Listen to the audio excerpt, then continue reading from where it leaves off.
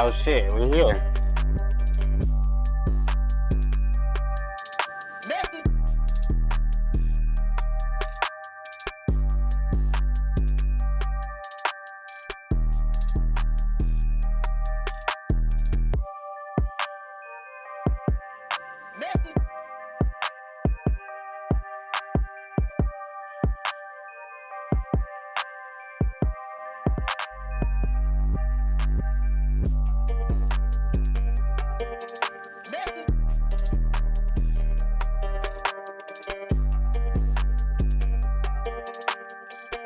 Crazy.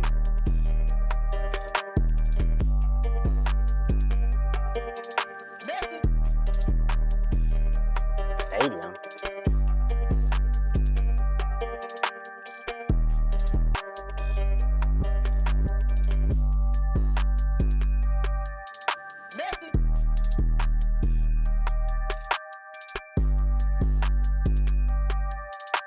Play some Battlefield real quick.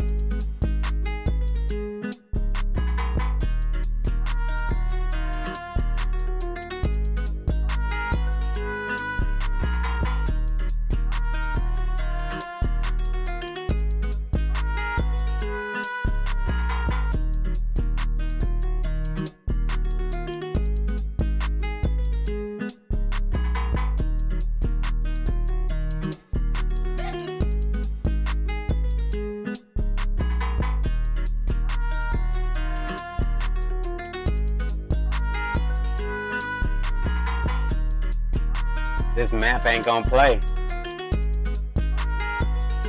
This shit broke. Apparently Stadium on Rush ain't working.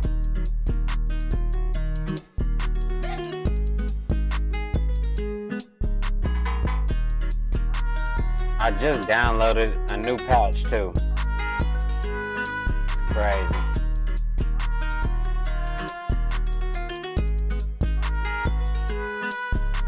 Damn. That shit definitely didn't work.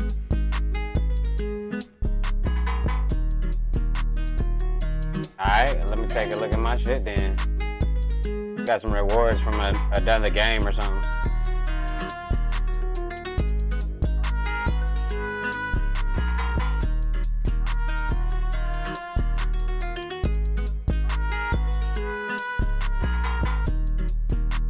Damn.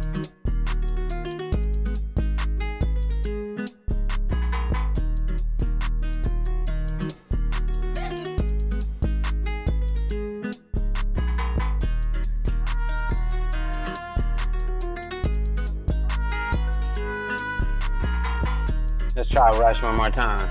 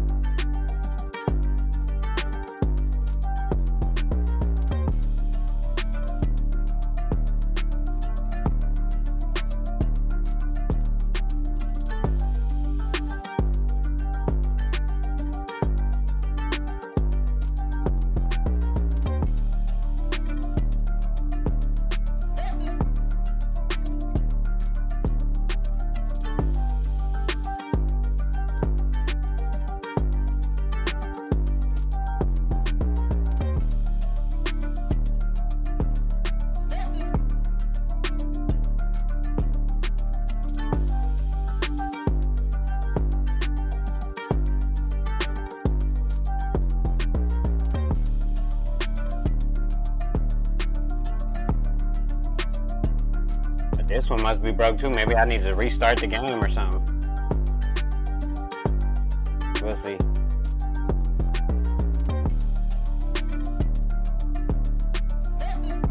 I got 2 people in the lobby.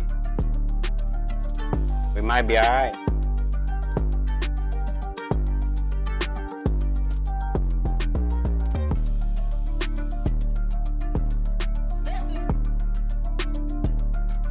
Yeah. Hey. Alright, hold on. Alright, about to say.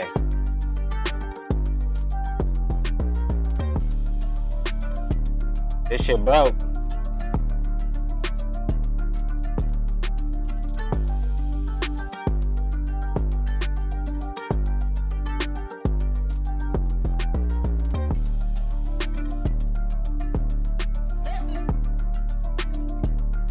Apparently, Battlefield is broken.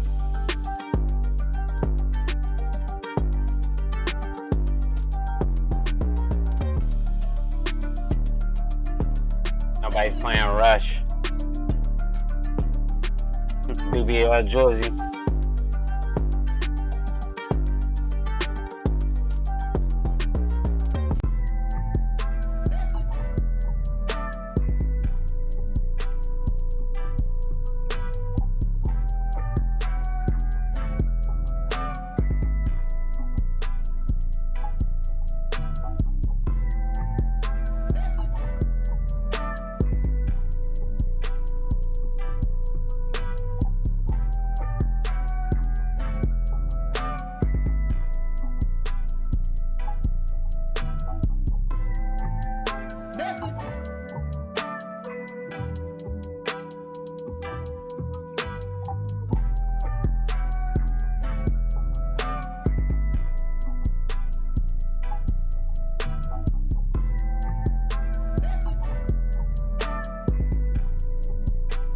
Alright, looks like we about to play now.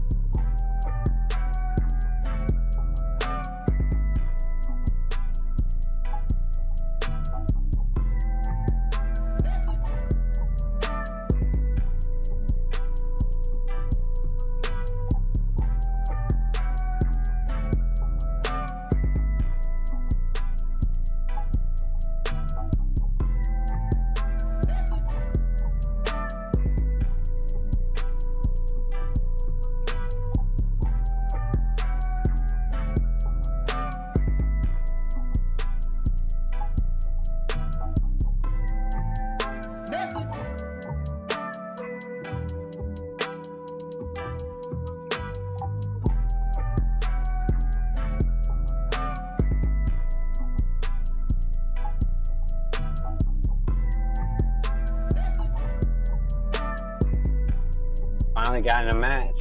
Let's see what it do. Oh shit, hold on, let me turn this shit down. Turn this shit down.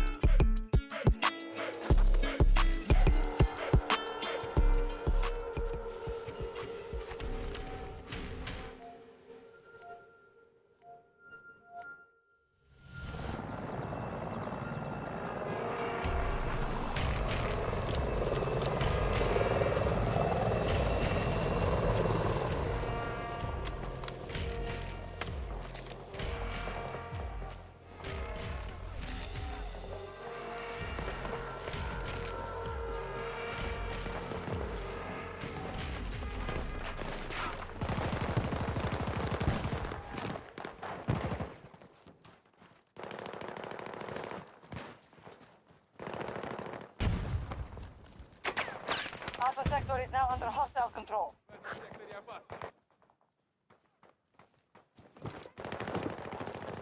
We're being pushed back on all fronts. Hostiles control more sectors. Spotted a hostile! 200 meters! Hostile mark! Contact! American forces spotted. Strong start. Advance just the same.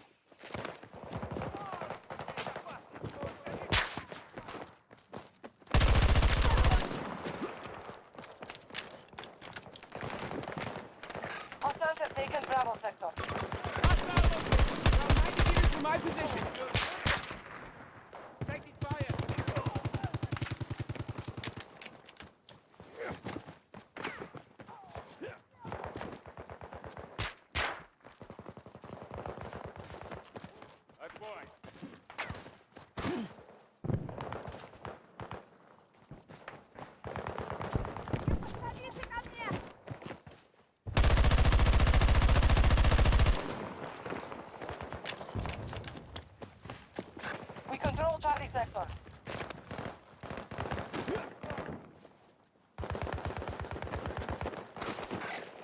has been pushed back on all fronts. Fuck, I knew it was around there somewhere. Oh, you can't move your camera now? That's crazy. I mean, you can move it now. Oh, okay. It takes a second after.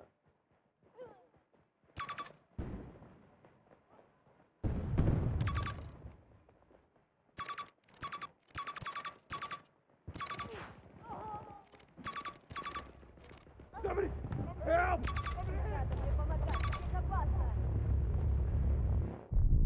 Fucking dead.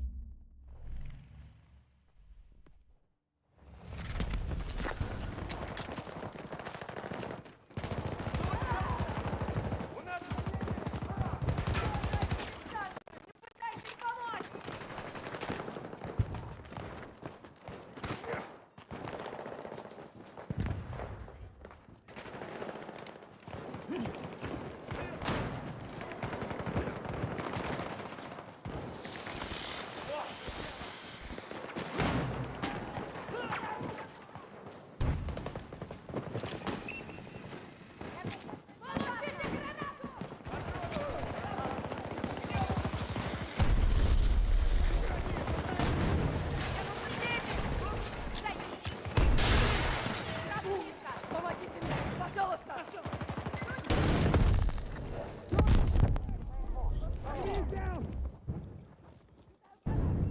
I wanted a motherfucker. Помогите!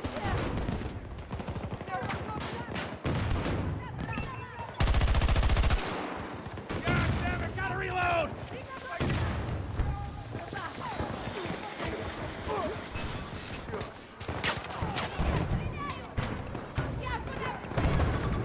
Hostile presence!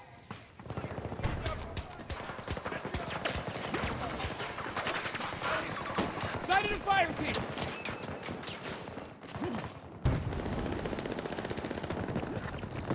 Turn around. You've left the engagement. One down! Woo!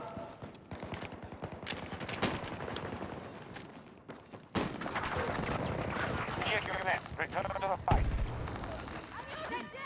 They're drawing on reinforcements. It's progress.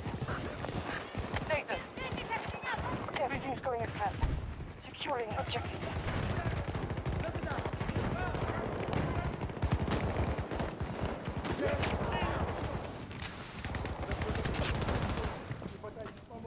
Угроза в этой зоне!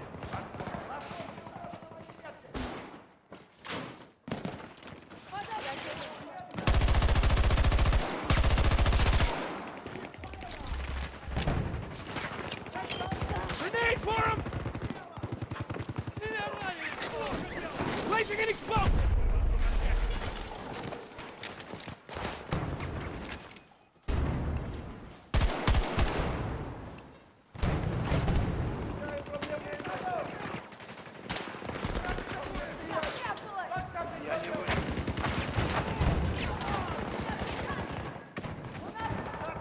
I'm reloading!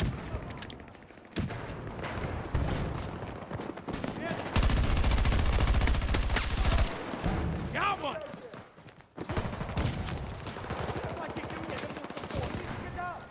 Запрашиваю медицинскую помощь.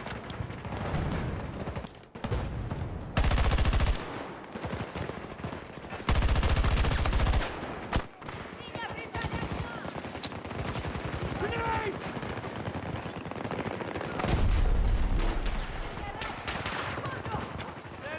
Reloading!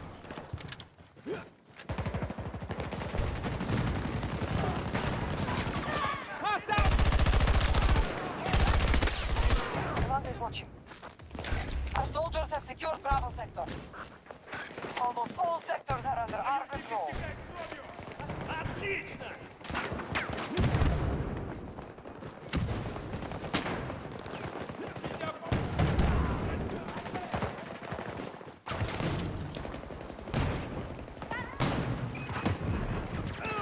Боец ранен! Нужна помощь!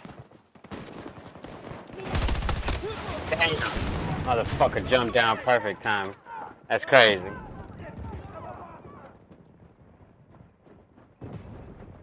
Damn. Are you gonna pick me up? Alright.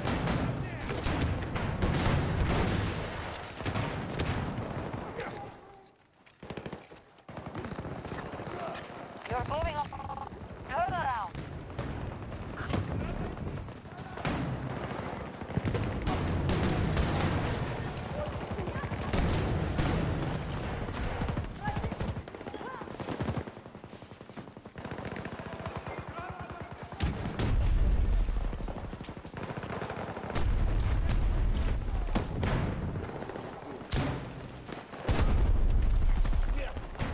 Hostile forces at 50%. У нас -1, нужна эвакуация. Loading!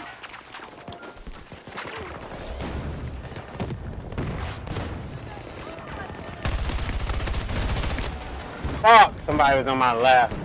That's crazy.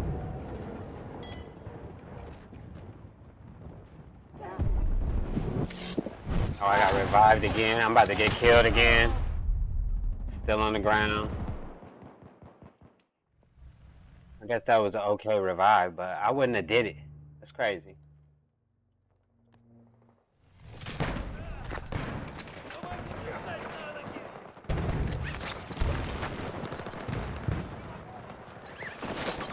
Hostile mark, 130 meters.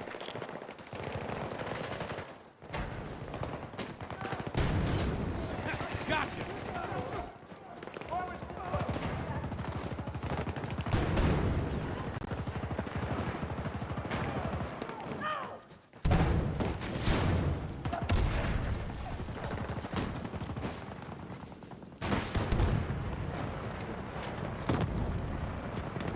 One of our objectives is under attack.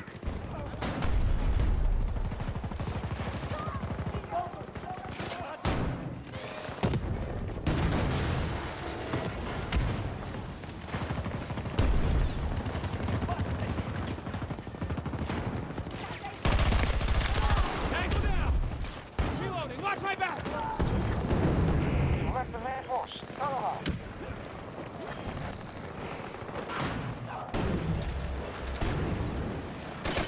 Rifles out.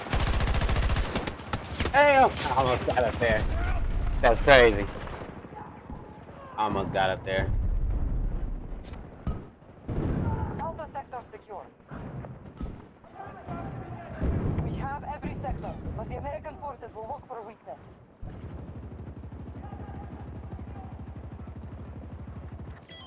Alright, here we go. Let's try this shit again.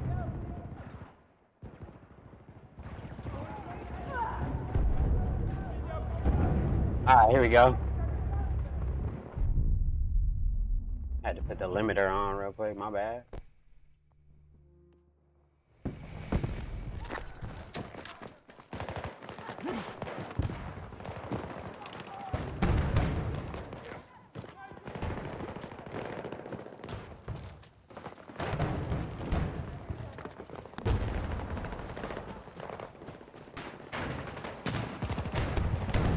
We are in control of nearly all sectors.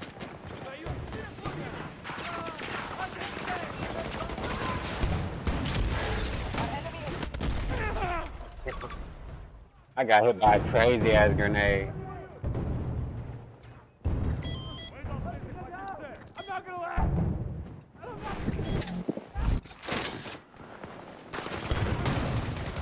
Holy shit, I ran right into grenades.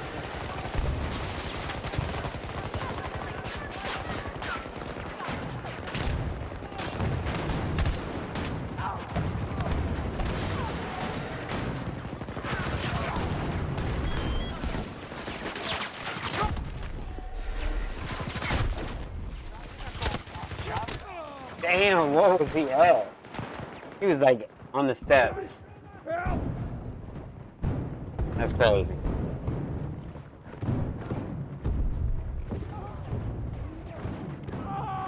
Man. Somebody help me, Dad! I need help. Echo sector has been lost to the enemy. Look like we're gonna win this one now. Damn, I probably could have got revived right there.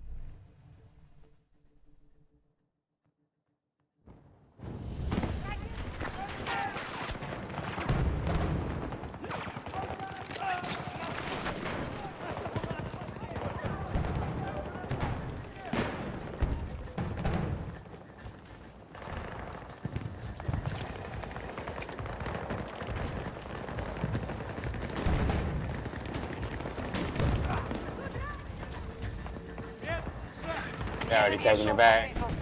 They are desperate.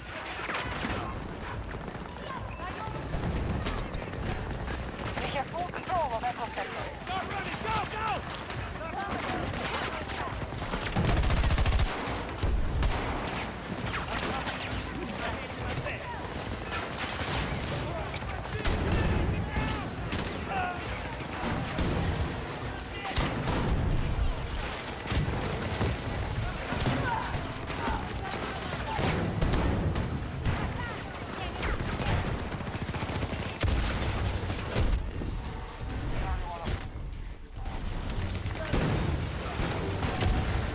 Can't see shit from right here. Holy shit. That's crazy. I ain't kill that motherfucker.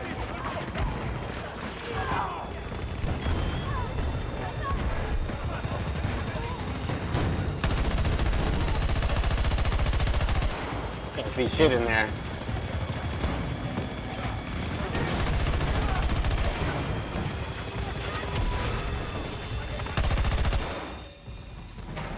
They're abandoning the fight.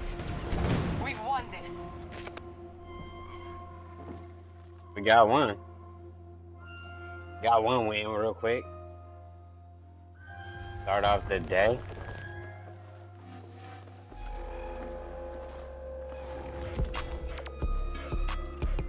Let me see, hold on.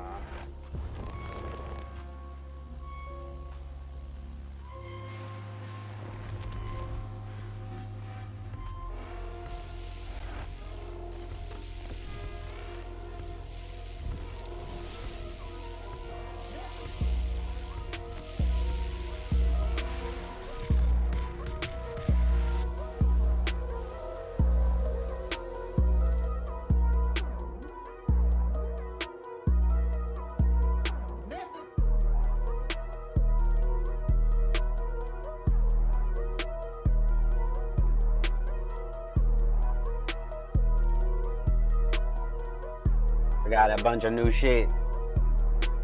Yeah.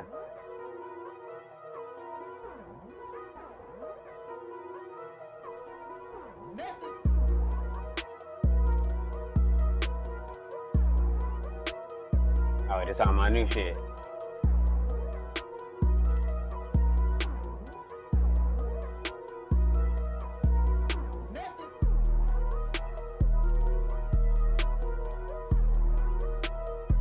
I got me a CZ real quick. Shout out to CZ. You dig?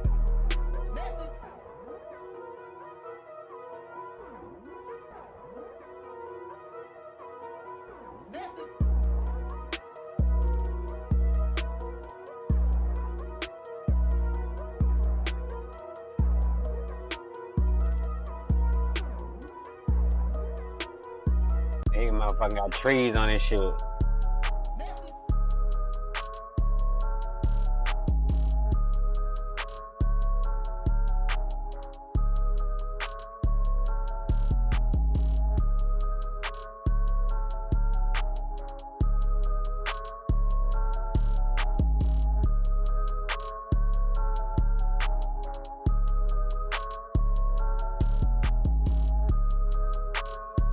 BBL Drizzy.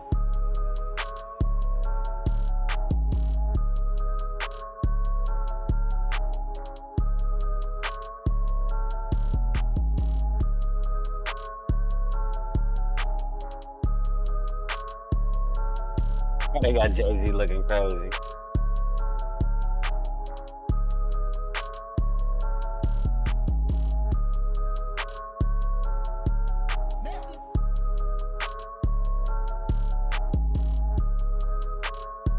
Deployment and mounted assault. We need results and we need them fast.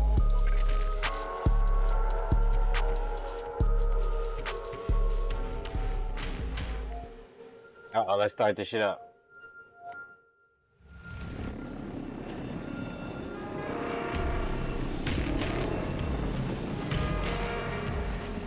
I gotta get out the drought.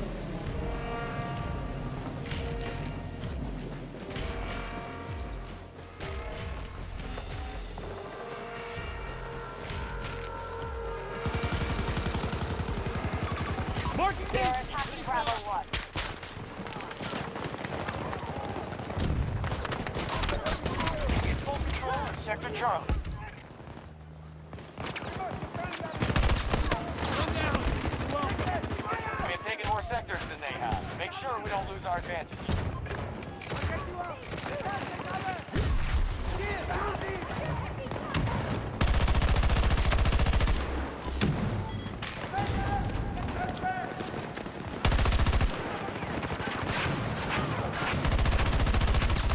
tango down.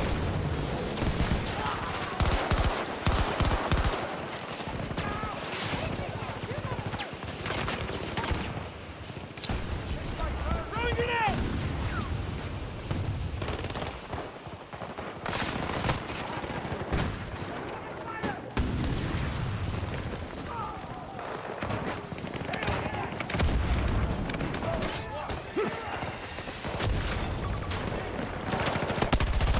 Damn!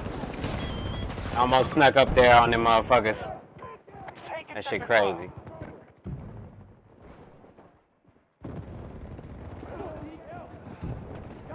Got to start securing sectors. Enemy has majority control. Fuck. Had 3 kills real quick, but couldn't do nothing else with the shit.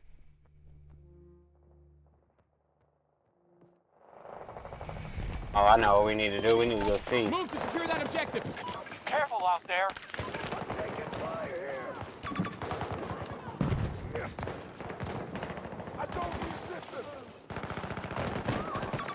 Marking a hostile. Around 90 meters from my position.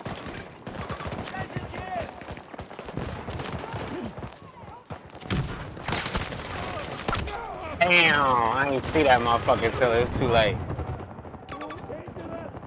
Stay away! Oh, help! We definitely got to get C. If we can't get C, we finna lose.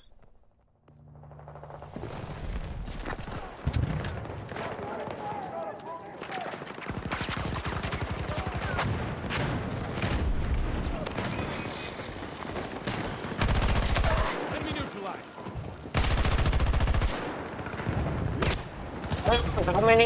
How many was in there? At least 3. I need help over here. Medic! Maybe I should pick a different class, but I like this class, so. We getting cooked, though.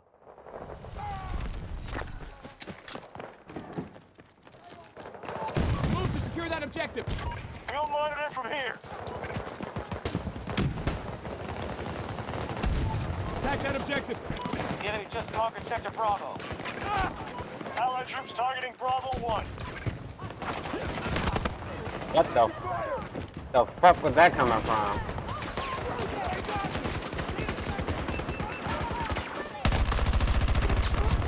Damn! That motherfucker got me from the top row, bro.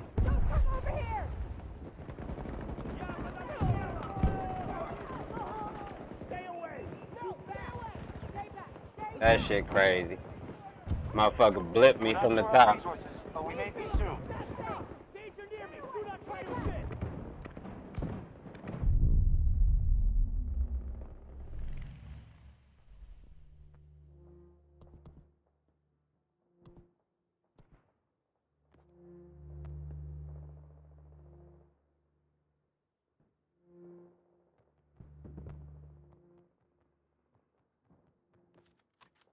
Status report.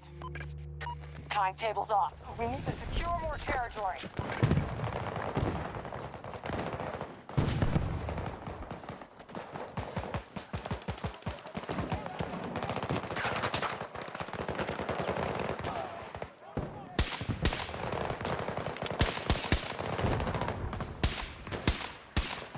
Damn! I'm on the move and shit. Oh shit. Got his motherfucking ass. Crazy.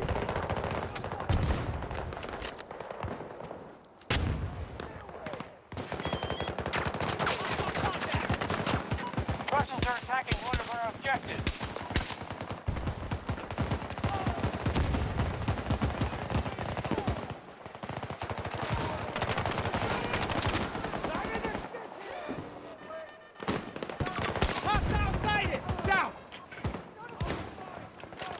fucking drone above me?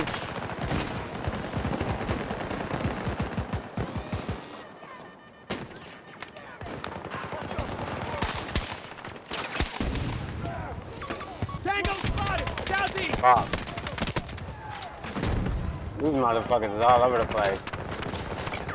Throwing grenade!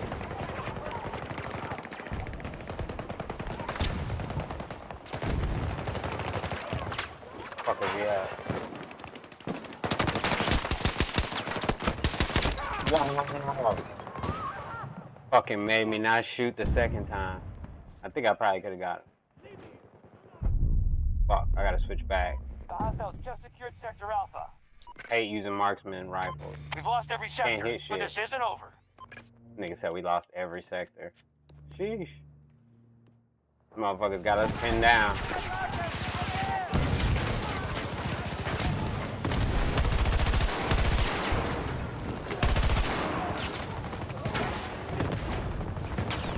Target's ready!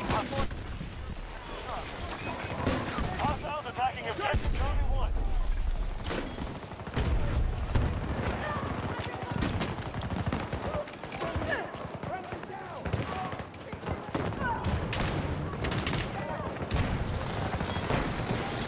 Watch yourself, troops. Resources at 50%.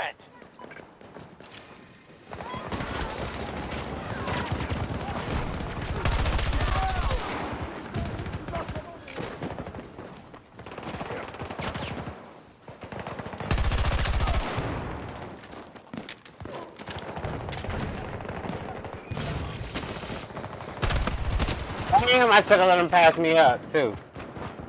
That's crazy. I got behind him. I need help! All these motherfuckers just chilling back there. I was at D. That's crazy.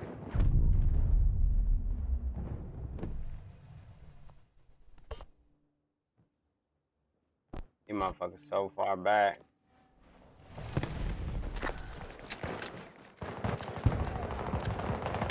I've marked some supplies!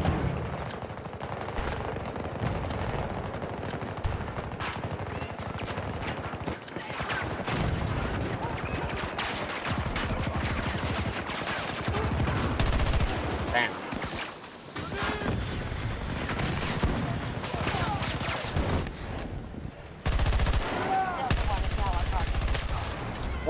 Who fucking found me?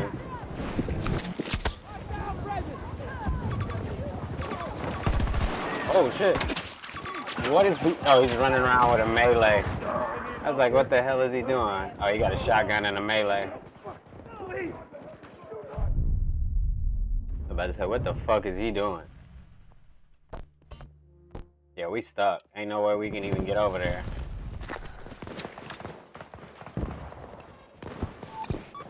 Never mind.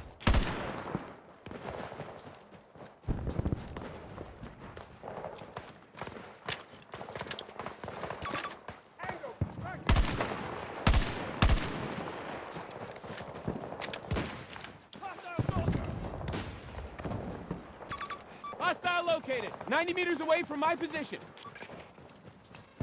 Hostile on the move. Holy shit, bro. I know I got hit by that sniper too, cause there ain't no way. Ain't no way. I could have swore I had motherfuckers behind me. They must have been CPUs. Damn.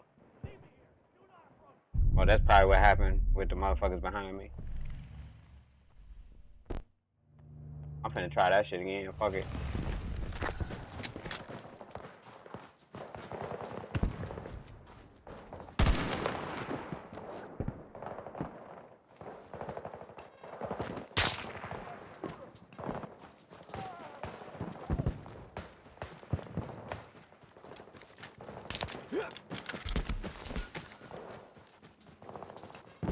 Get hiking, go! Disregard that order.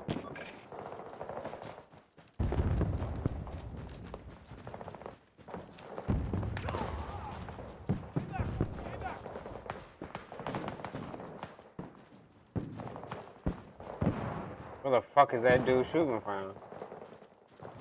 Oh, he's over here. Holy shit. He's a fucking PC player, definitely. Motherfucker moving fast like it's Call of Duty or something. Fuck is he at?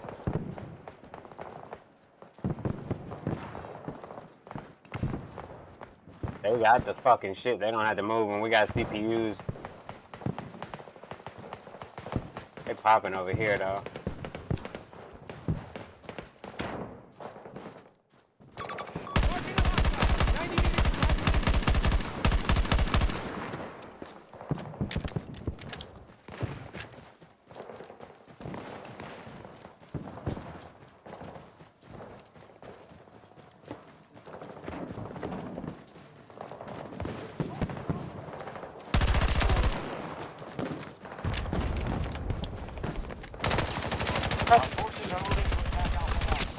He still has a warlord again. Or Warblood. Fucking. I knew it was him too. I seen his name barely. That's crazy. Oh well.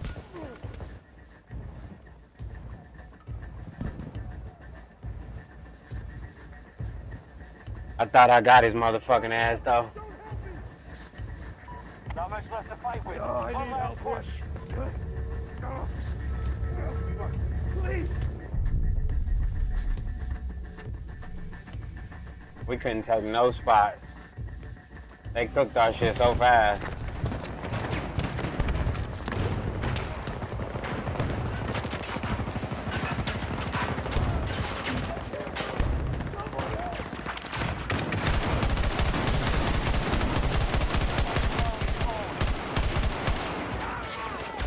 All sectors lost. We have to turn this around now. Nothing we can do about it now. Holy shit, they popped out. Ain't nobody gonna get him. Look at his movement. I'm about to say somebody finally got him. Damn, we got cooked All that sectors round. retreat. Battle's Defeated. lost. We don't need any more losses today.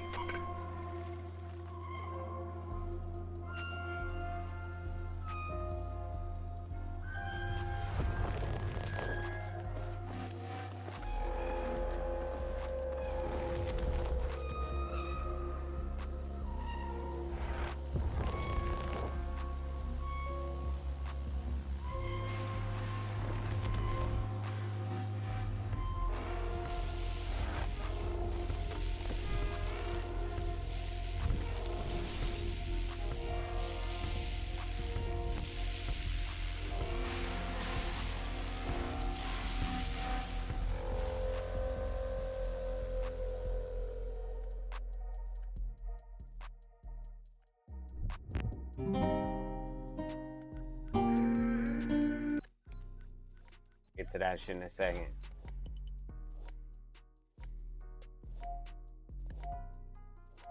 Man, that shit's crazy. 2 rounds.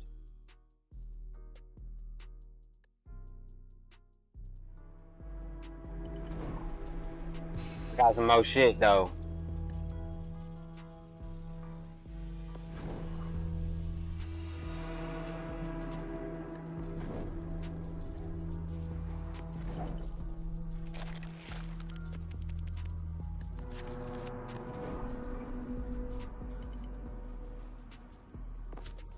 That look nice.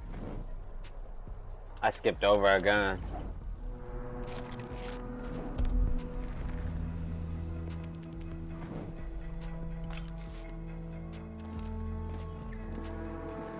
Ready for orders. That shit started so fast. I was finna see a rush work. Good to see you again, Notepads. I hope you're ready for an all-out assault. This operation's objectives are marked on your map. Clear out any Eastern resistance on site. Or no.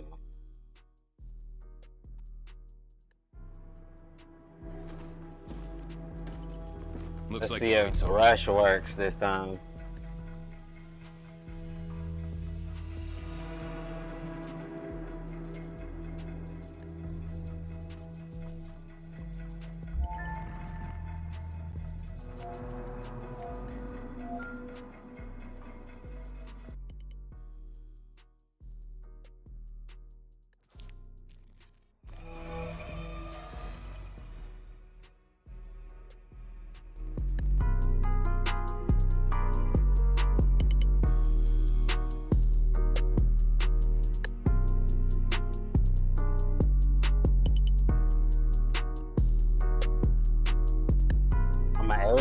something. Oh, rush still don't work. People leaving and shit.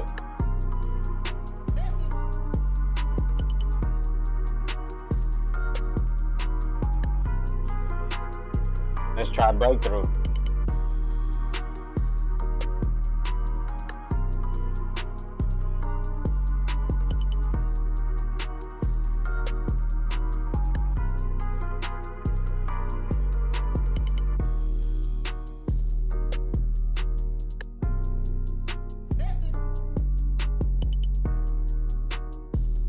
Alright, look like breakthrough working.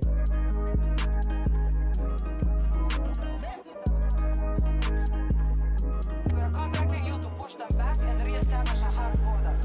Fight well, nomads.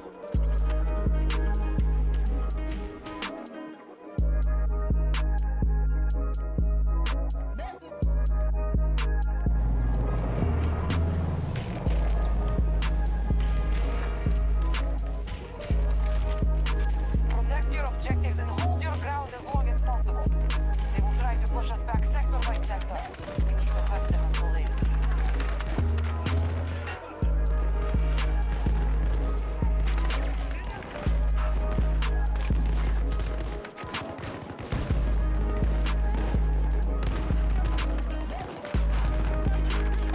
Alright, let's see what goes on.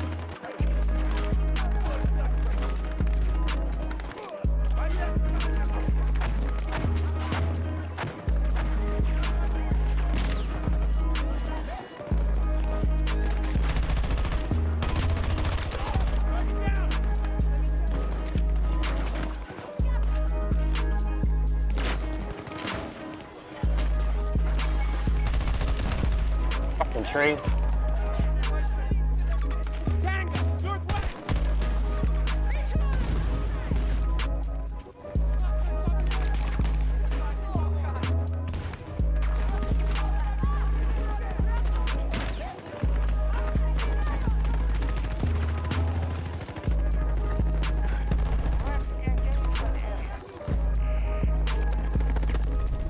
As soon as I turn my head, nigga blip me. I'm dead. Shit crazy. That shit crazy, bro. I thought we had him.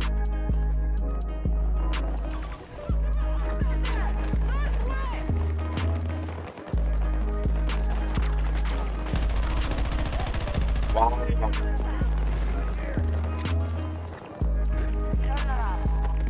What? Motherfucker slipped my shit, boy.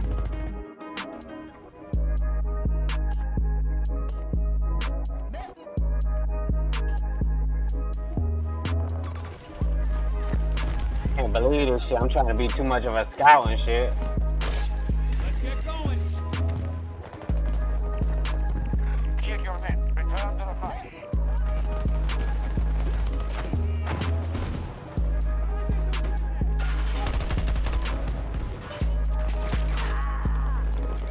Союзники ранены! Oh, come on.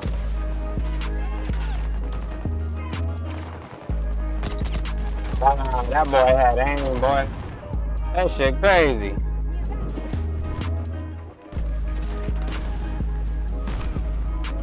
Outgoing.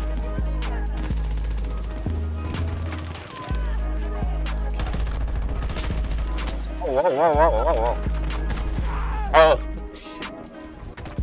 I got blown up straight into a grenade, straight into a hill, bro. Man down, they're hurt bad. Oh, shit.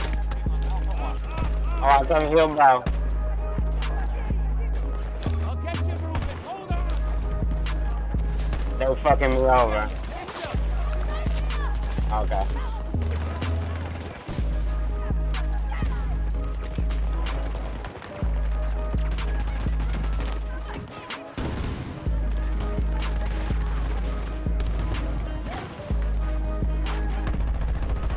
Holy shit.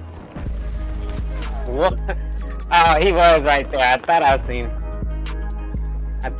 a motherfuckers chilling in the bushes.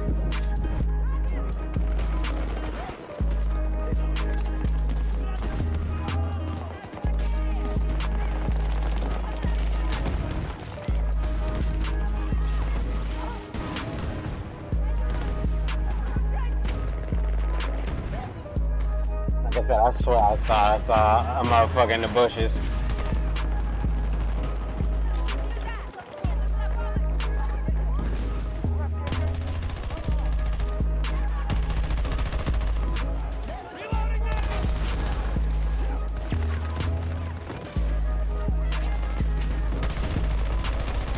God damn, why he running straight at me?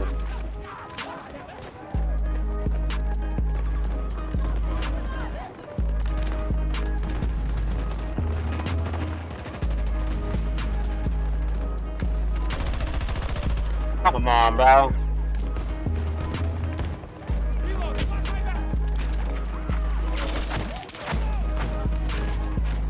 Oh shit, I saw him.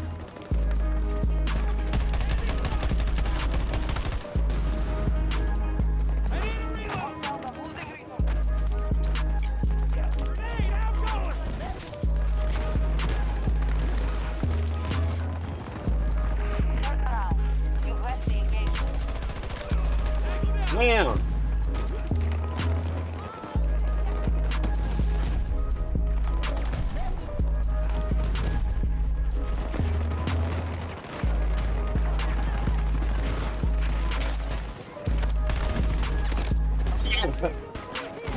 I know he mad. It looked like I hit him through the dirt.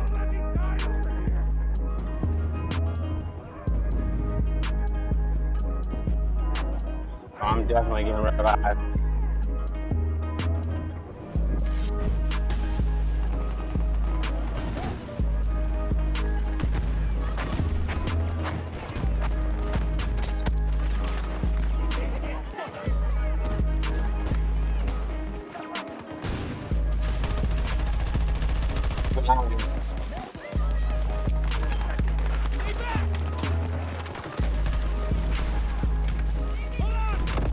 Whoa.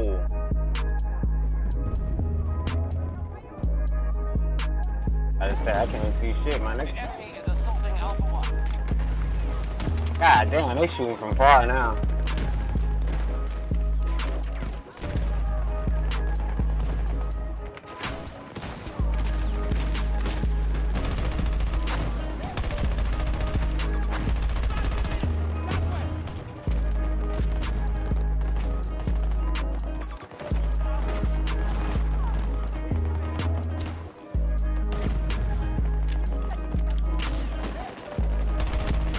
God damn.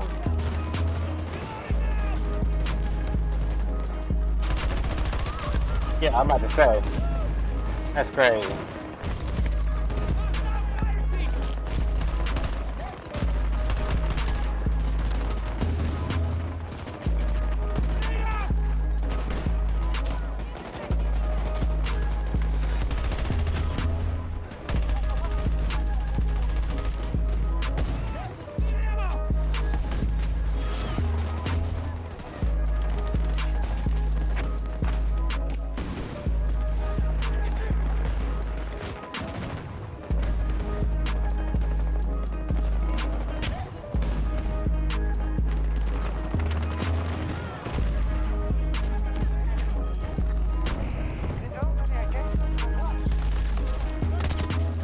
Oh.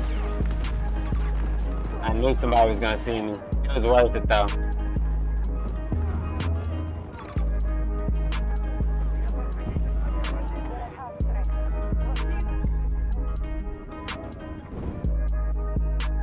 The crossfire is crazy right now.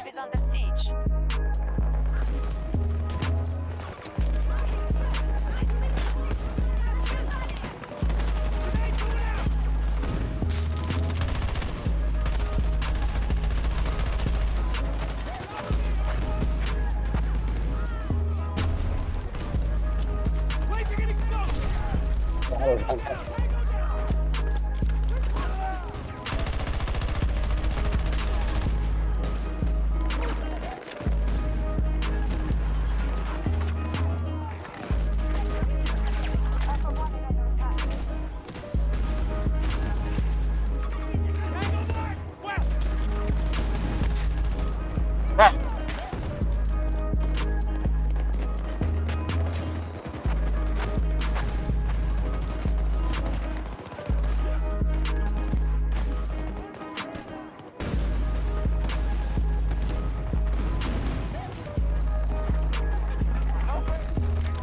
Got his ass. I got shot in the air. I tried to make the jump back over. I was behind enemy lines.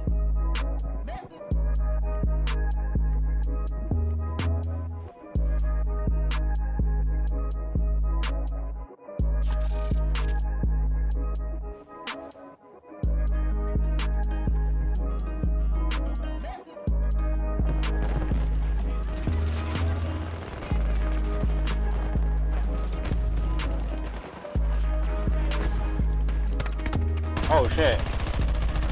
Holy shit. Oh fuck.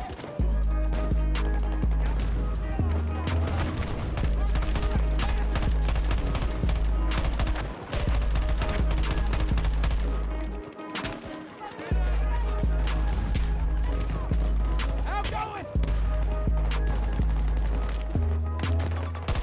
Fuckers on the loose! West!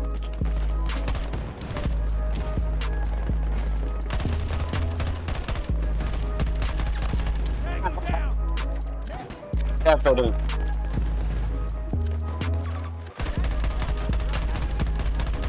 Damn. Oh. He had me locked for a while. I'm sure he had me locked for a while, definitely.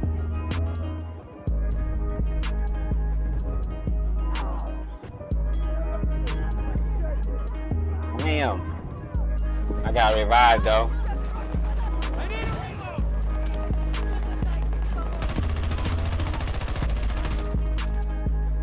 Shoot for keeping the Americans away.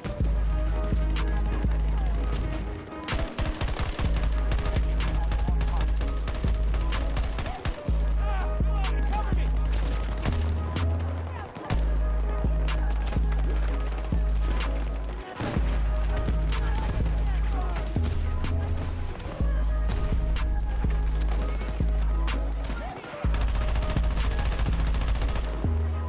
Oh.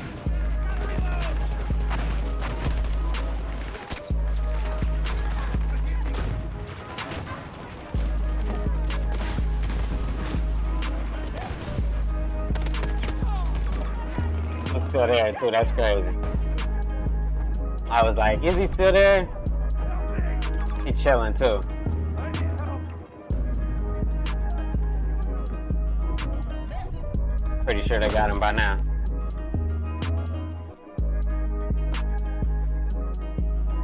At all costs, monitor the attack.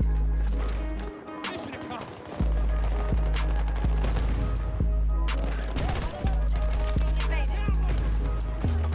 Hostile presence! Northwest!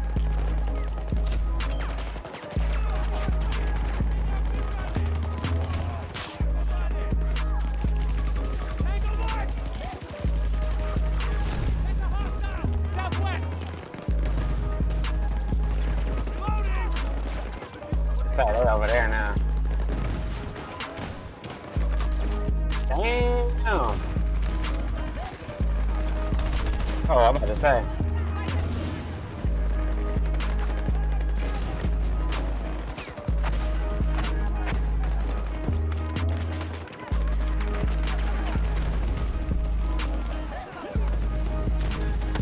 God damn.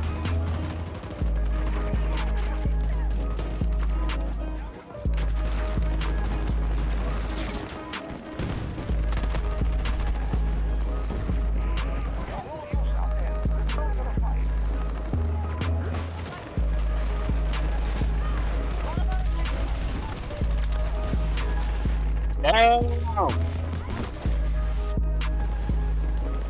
Oh, they sneaking around the back.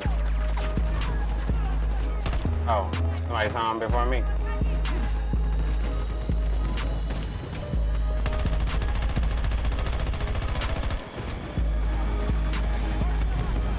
Damn. Mission accomplished. They couldn't get us that time.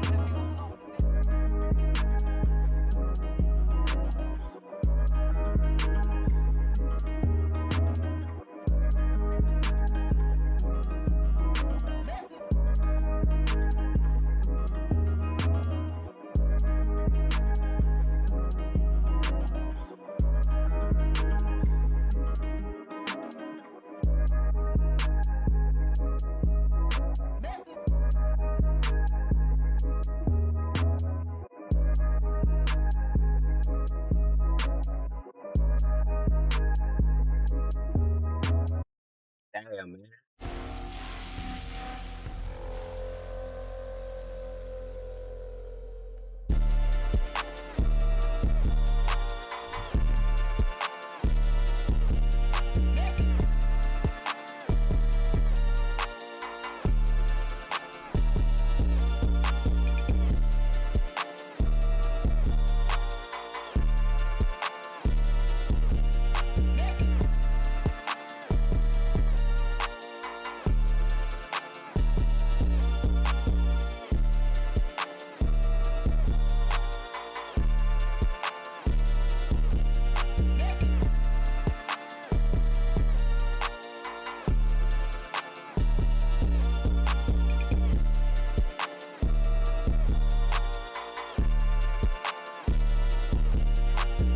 Man, we played the motherfucking stadium again. I don't care.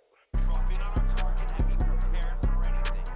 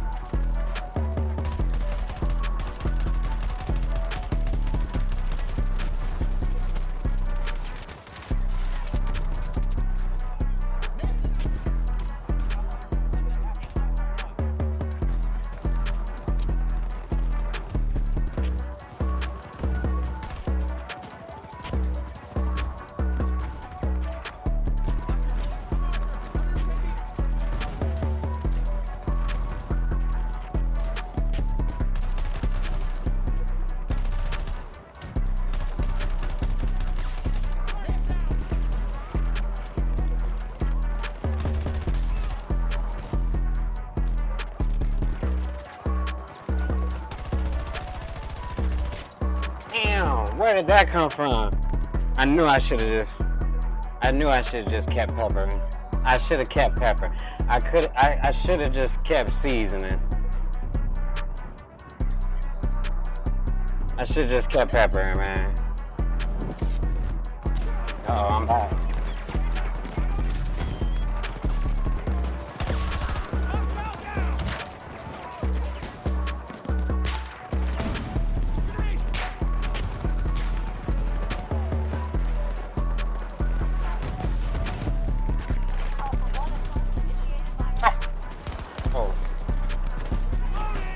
And then you reload.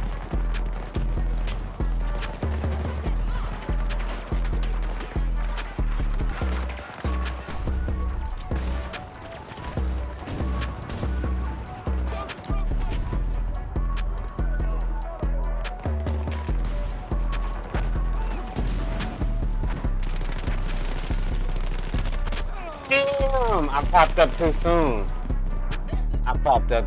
I had it. I was right there where I wanted to be too.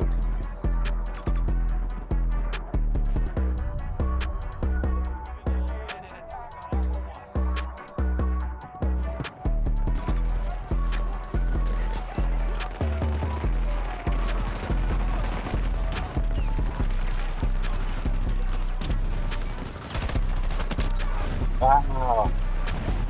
Somebody's got to revive me. Yeah, I'm about to say.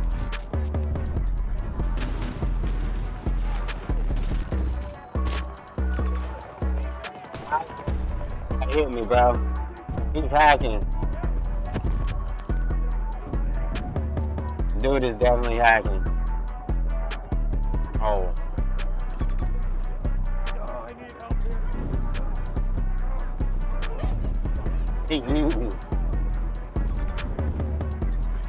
I only got 3 kills, bro.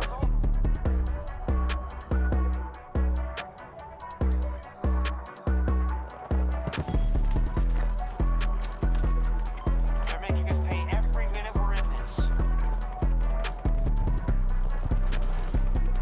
yeah. Copy. Hostile spotted! East!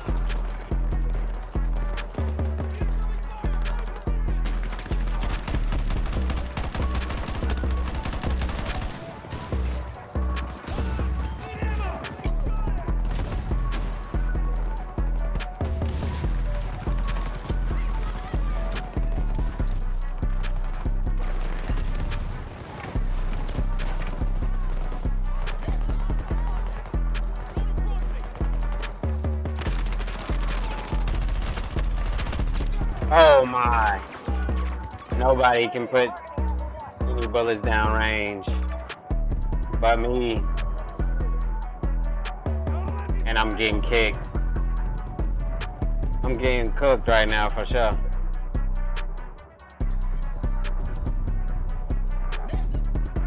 My whole team, we can't even get, oh.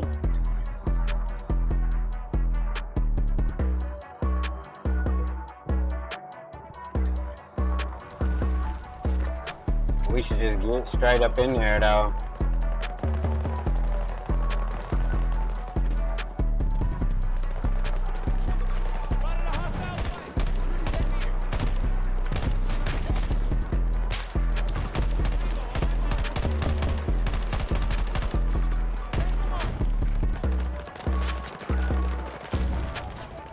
Got chopped down. I made a quick left. Fuck that.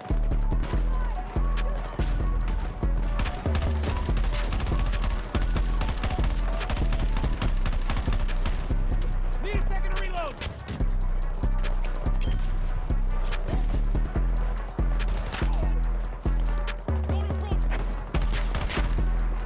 God damn, they all over the place. Them niggas know the map good.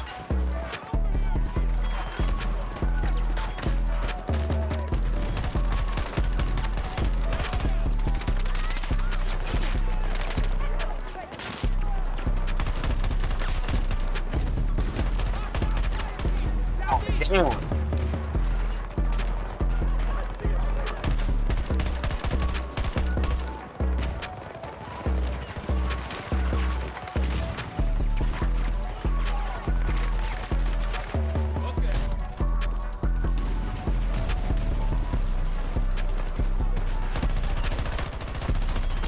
Holy shit. This dude didn't get blown up by none of the C4 either.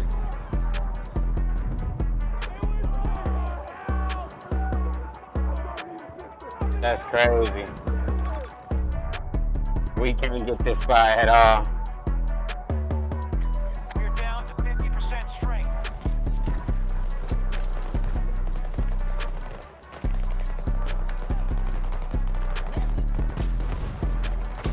Enemy soldier, mark! 60 meters away from my position.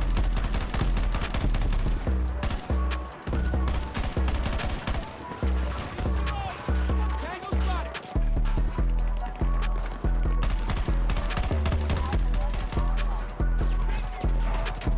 One of ours is down!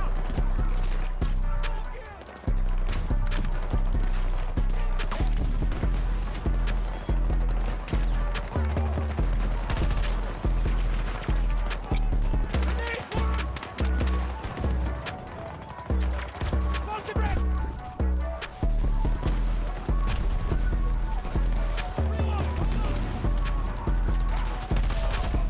God damn. One is underway. Couldn't reload quick enough.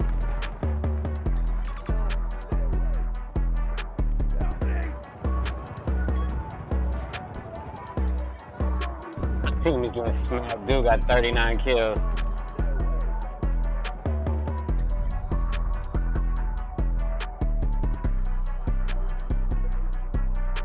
Sheesh.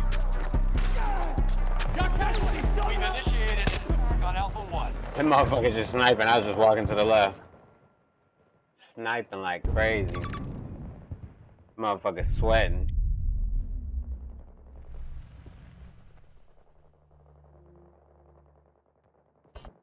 Oh shit. Shit like crazy paintball.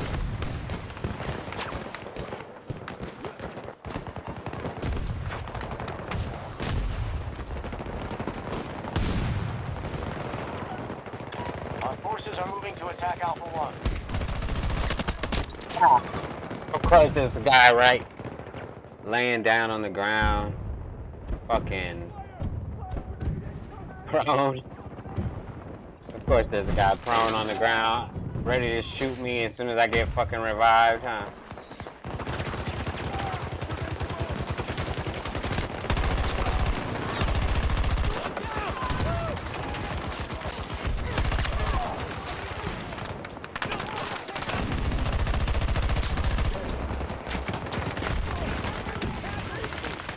Russians still maintain control of the sector.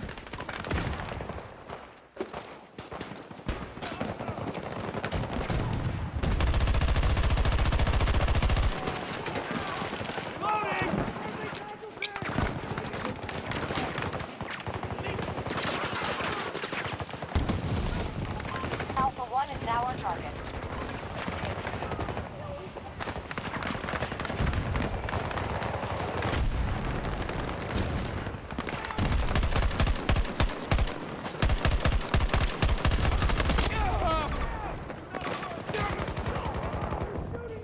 Telling you, who the hell is that guy?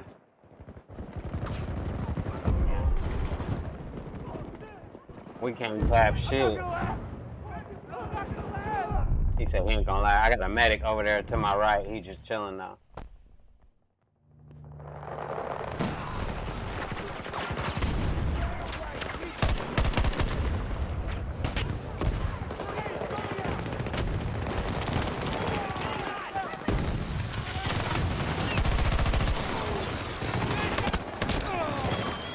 I was about to say, where the hell did he come from?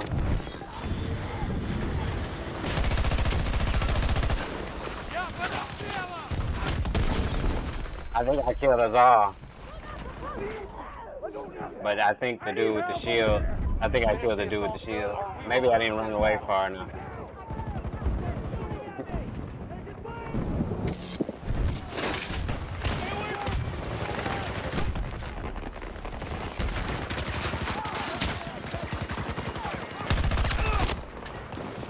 Hey, 60 meters away, shot by a sniper. Damn.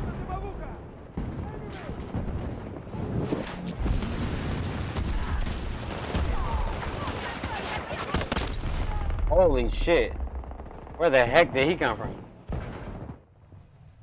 Out of the darkness. Damn. Dude I was finna spawn on immediately got killed.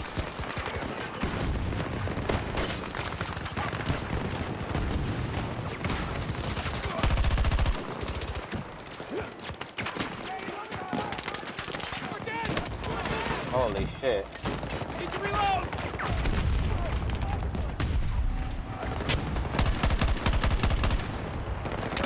They're shooting!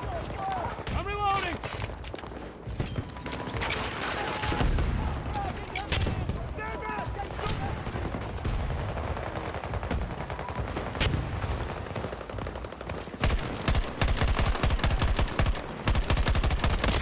Wow. I don't know how dude shot me, but that's some computer shit though. 30 meters, he must have shot me and jumped backwards or something. So what angle did he have to hit me like that? Got his ass back though. Oh, Their defenses are too strong. All troops evacuate. that was crazy. We couldn't even get through the front door. I had 14 kills. I could only get in like the 11th place though.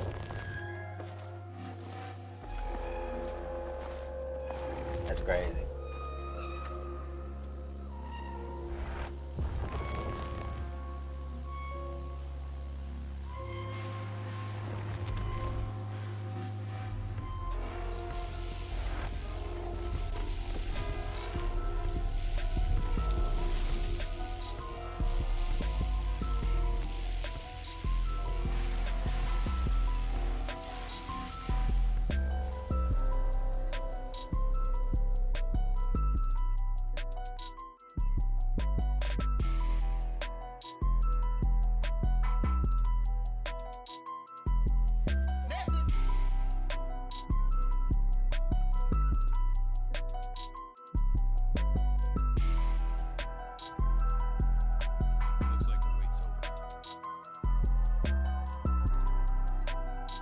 See what this shit is all about real quick.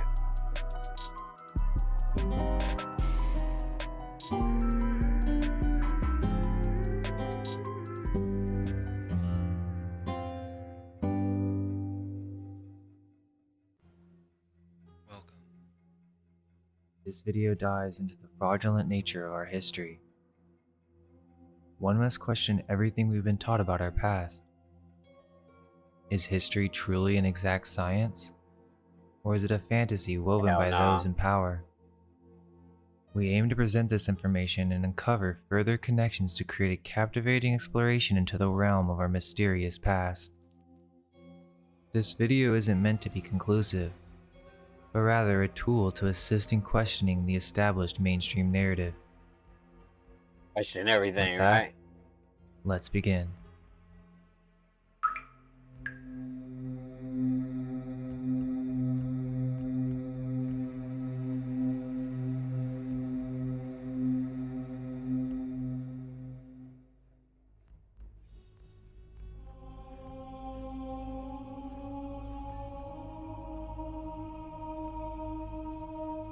Let's give him hell.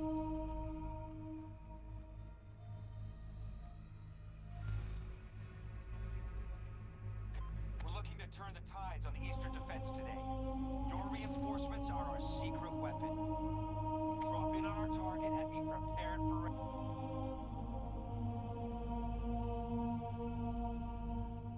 What is history? Do we really know our history? Growing up, we're led to believe that history is an exact, absolute science of the past. From ancient Sumeria, Egypt, Greece, and Rome, to the Middle Ages and the Renaissance. Academic textbooks, museums, insider archaeology, and Hollywood have created the current aesthetic of history that we're all familiar with. They will have us believe that we know everything about human history. But how do we know this is the case? Because these so-called experts say so? How can we be so sure that this supposed science of history is accurate? It is only when we review history from that standpoint that we will begin finding many plot holes and inconsistencies in the narratives that we're told. In order to build upon this, we must first discuss the nature of history and chronology itself. Many who have come with automatic emotional reactions to this question are operating from the default programming that we've been given. It may be good to address the crowd who believes that Jesus never existed, or that the Jesus figure is solely a representation of an astrological event or even cataclysm. These are all fair considerations that will be addressed as we proceed. So, did Jesus speak Arabic? Many may find that a ridiculous statement. Some may feel fairly certain that the language of Jesus was Aramaic, as this is what the scholars have told us. However, there are many things to be considered. What really is Aramaic? Did the events of the Bible really take place in the time that is presented to us? Who were the real Romans? And why was history erased and rewritten? Crazy. Many people believe Jesus was born in Bethlehem around the year 3 CE, or the year 0 CE, or before Common Era. But what if I told you this Common Era doesn't span over the course of 2,000 years, but in fact began only 1,000 years ago, and that Jesus was on Earth during the Dark Ages, the time in which the New and Old Testament of the Bible were being written in the new languages that were forced upon an Arabic-speaking European populace. Sounds crazy, right? Right? If Jesus really did exist 2,000 years ago, then why did Renaissance painters decide to paint biblical figures within their own time period? Once or twice, you could say it's just a coincidence. However, we can find hundreds of examples that truly seem odd, for obvious reasons, like how the biblical subjects from these paintings were painted within scenes depicting Renaissance-style architecture, and also wearing garments indicative of a time period 1,000 years after they were alive. Was it really just up to the artist's imagination? How could these painters, who were known for being historically accurate, somehow consistently mess up on these details. According to historians, this is called a medieval anachronism. They will have us believe that in the Middle Ages, ancient history and past epochs were simply mixed up, and that the artists were just ignorant. What? However, this That's is not crazy. limited to That don't just make no sense. paintings. It can also be found in literature. As with Petrarch, who challenged historical narratives through his critical examination of documents, indicating a deep-seated anachronism within medieval literature as well. He highlighted that the privileges supposedly granted by Nero Caesar to the House of Austrian dukes in the 13th century were indeed falsifications. In the modern accepted timeline, the Habsburgs and Caesar are separated by 1,000 years. Why wasn't this obvious to Petrarch, who was one of the most intelligent minds of the Renaissance? The modern historian finds it absurd to consider supposed ancient figures like Caesar as contemporaries of medieval entities such as the Austrian dukes, who began their rule approximately 1,200 years after these Roman figures. Yet, this conflation of timelines was a topic of serious debate during Petrarch's era, revealing a broader tendency to mix distant epochs with events that were unfolding only a few hundred years ago, and even during the times in which the new timelines were being scripted. The recurrence of such anachronisms suggests that medieval narratives often placed ancient events within much later timelines, a pattern also observable in German medieval chronicles. This phenomenon extended even to the popular conception of gladiator fights, commonly associated exclusively with ancient Rome. Contrary to popular belief, such combats were not relics of the past, but persisted into the medieval period, with documented instances like the gladiator fights in Naples around 1344 AD, attended by notable figures such as Johanna of Naples and Andrew of Hungary. These events, eerily mirroring ancient traditions, ended in fatalities just as they had in ancient times. If this is the case, perhaps there is more to these biblical paintings. For example, the painting by Christoph Schwarz, Christ on the Way to the Calvary, painted in 1580.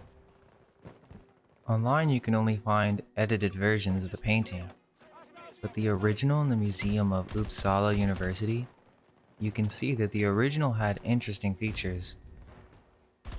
Christ is depicted in a strange manner, and we see that the riders are wearing turbans, and the flagpoles are crowned with crescents. Also, the soldiers have shields on their back. One of them has a crescent moon on them, and the other has an Orthodox cross. The question is, why was this painting edited? If it's just an anachronism or imagination, there would be no reason to edit the painting. However, someone felt the flagpole and shields needed to be changed, and in turn, erasing the Arabic influence that the painting originally depicted. Here's That the sucks. altered painting with the crescents removed in the new flagpole. This is what it looked like in the original.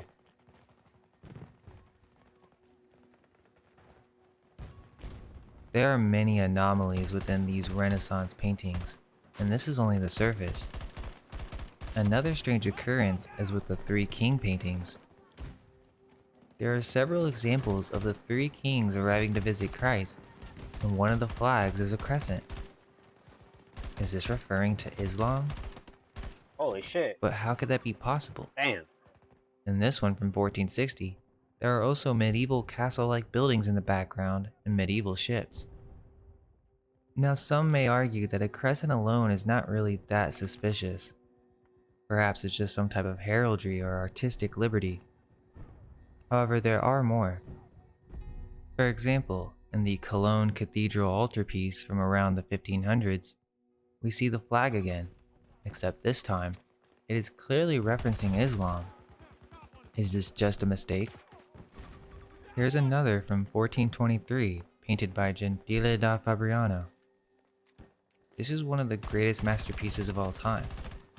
We can see a large group of people have come to see this event, And reloaded and too on early. one of the horses is a golden crescent moon.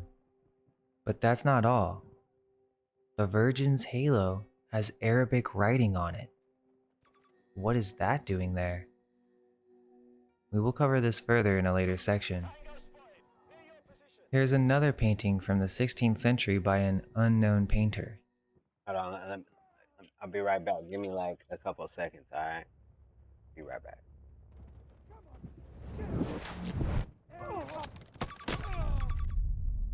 Damn, somebody killed me.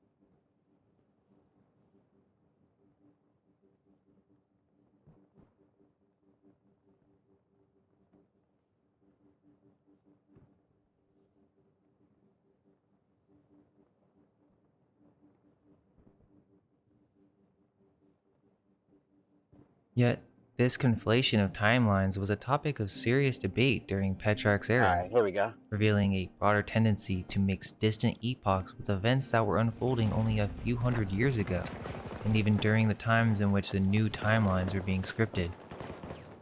The recurrence of such anachronisms suggests that medieval narratives often placed ancient events within much later timelines, a pattern also observable in German medieval chronicles.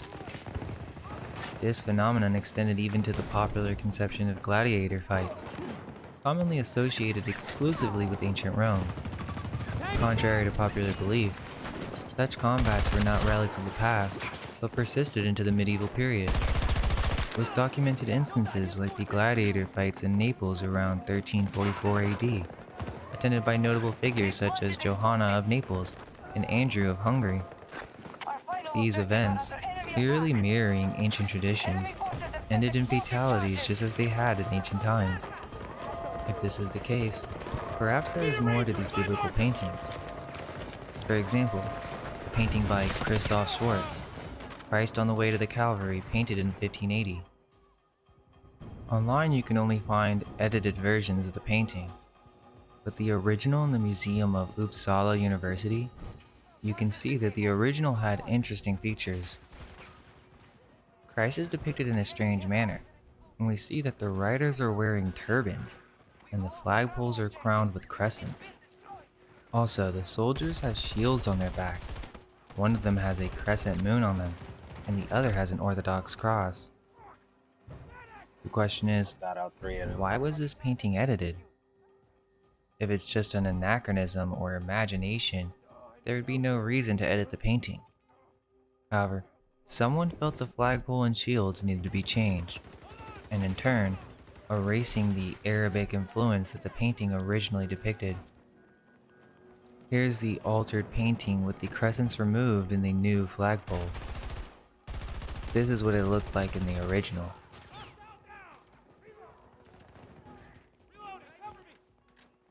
There are many anomalies within these Renaissance paintings, and this is only the surface. Always the way I don't turn. Another That's strange crazy. occurrence is with the Three King paintings.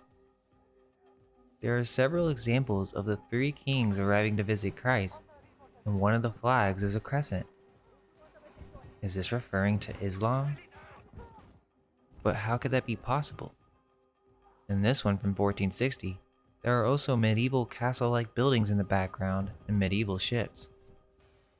Now some may Like, argue that how a is that crescent alone is possible? not really that suspicious. Perhaps it's just some type of heraldry or artistic liberty. However, there are more. For example, in the Cologne Cathedral altarpiece from around the 1500s, we see the flag again, except this time, it is clearly referencing Islam. Is this just a mistake? Here's another from 1423, painted by Gentile da Fabriano. This is one of the greatest masterpieces of all time. We can see a large group of people have come to see this event, and on one of the horses is a golden crescent moon. But that's not all. The Virgin's halo has Arabic writing on it. What is that doing there? Right? We will cover this further in a later section. Here's another painting from the 16th century by an unknown painter. Apparently, in the middle of the 14th century, they just made up coat of unknown arms for the painter. Magi. But why would they need to do this if the Magi existed in biblical times 1300 years prior? What if these weren't made up by an artist, or rather, an accurate depiction of the coat of arms for the Magi that were existing during the time of Christ's true birth in the Dark Ages? It's not just the three Magi. This is an engraving from the 15th century Florentine Chronicle. We see the biblical Joshua, who lived long before the birth of Christ, depicted as a typical medieval knight. The city is supposed to be Jericho, which Joshua is assuring. We can see that there are Christian crosses visible, with some questionable architecture. He said questionable architecture. Then there are the Annunciation paintings, almost all of which depict the Virgin in a medieval environment, reading from a book that should not have existed during her lifetime. There is a Bible from the Gutenberg Museum that showcases an Old Testament army with cannons. It would seem that the medieval artists were not aware that these weapons were not supposed to exist during those times. Funny. Ain't supposed to It have would no seem that cannons. these artists believed that Jesus existed during the medieval ages. Here's an interesting painting that shows a rifle next to Christ. And there are countless amounts That's of these updated. paintings that show biblical figures in medieval armor and Temporary. clothing. Are we to believe these are all due to ignorance? So when was the birth of Christ? Mainstream history will have us believe it was 2,000 years ago. Right? Let's also keep in mind that Jesus marks when the timeline was reset. Anything before is before Christ. But the question is, why does this event signify a new historical timeline? It wasn't until the 16th century that we began to get a continuous chronology. Most of the time, people could only date events a few centuries prior. One of the first to lay the foundations of chronology was Eusebius Pamphilus during the 4th century AD. However, This channel there is are good. many What is it called? Mind Unveiled. Yeah, this channel good. Y'all check it out. ships. Now, some may argue that a crescent Mind alone is unveiled. not really that suspicious. Perhaps it's just some type of heraldry or artistic liberty. However, there are more. For example, in the Cologne Cathedral altarpiece from around the 1500s, we see the flag again, except this time, it is clearly referencing Islam. Is this just a mistake? Here's another from 1423, painted by Gentile da Fabriano. This is one of the greatest masterpieces of all time. That shit You fire. can see a large group of people have come to see this event, and on one of the horses is a golden crescent moon. But that's not all. The Virgin's halo has Arabic writing on it. What is that doing there? We will cover this further in a later Right? That's a section. good question. Here's another painting from the 16th century by an unknown painter. Apparently, in the middle of the 14th century, they just made up coat of arms for the Magi. But why would they need to do this if the Magi existed in biblical times 1300 years prior?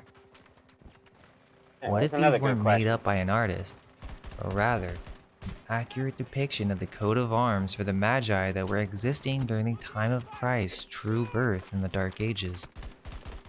It's not just the three Magi.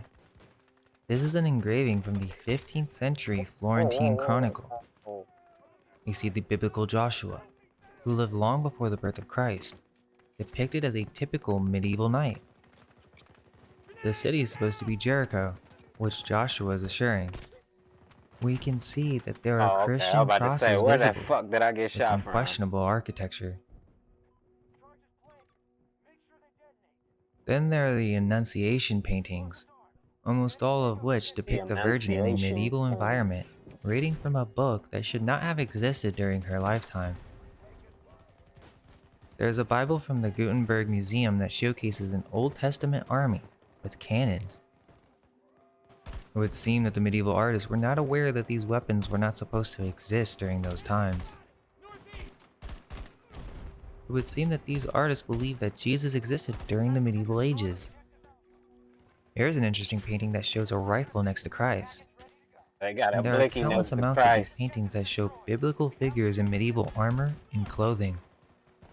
Are we to believe these are all due to ignorance?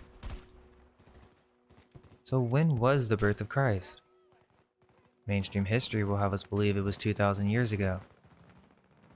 Let's also keep in mind that Jesus marks when the timeline was reset. Anything before is before Christ.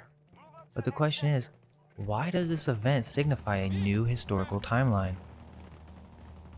It wasn't until the 16th century that we began to get a continuous chronology. Most of the time, people could only date events a few centuries prior. One of the first to lay the foundations of chronology was Eusebius Pamphilus during the 4th century AD. However, there are many issues with the dates, and the originals only exist in fragments. Everything else comes from St. Jerome in Latin.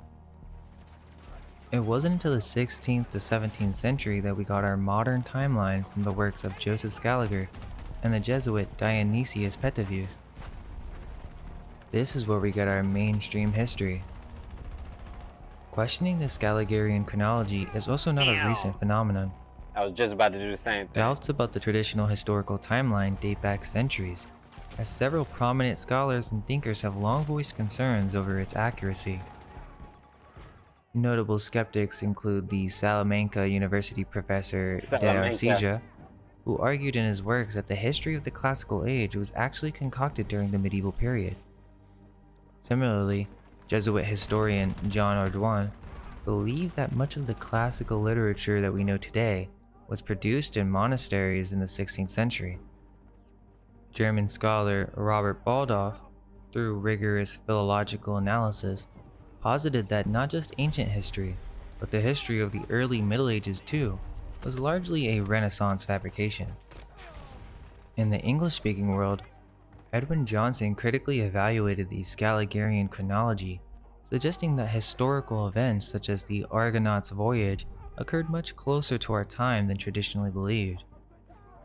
Even Sir Isaac Newton, the eminent scientist, also embarked on a significant revision of ancient chronologies.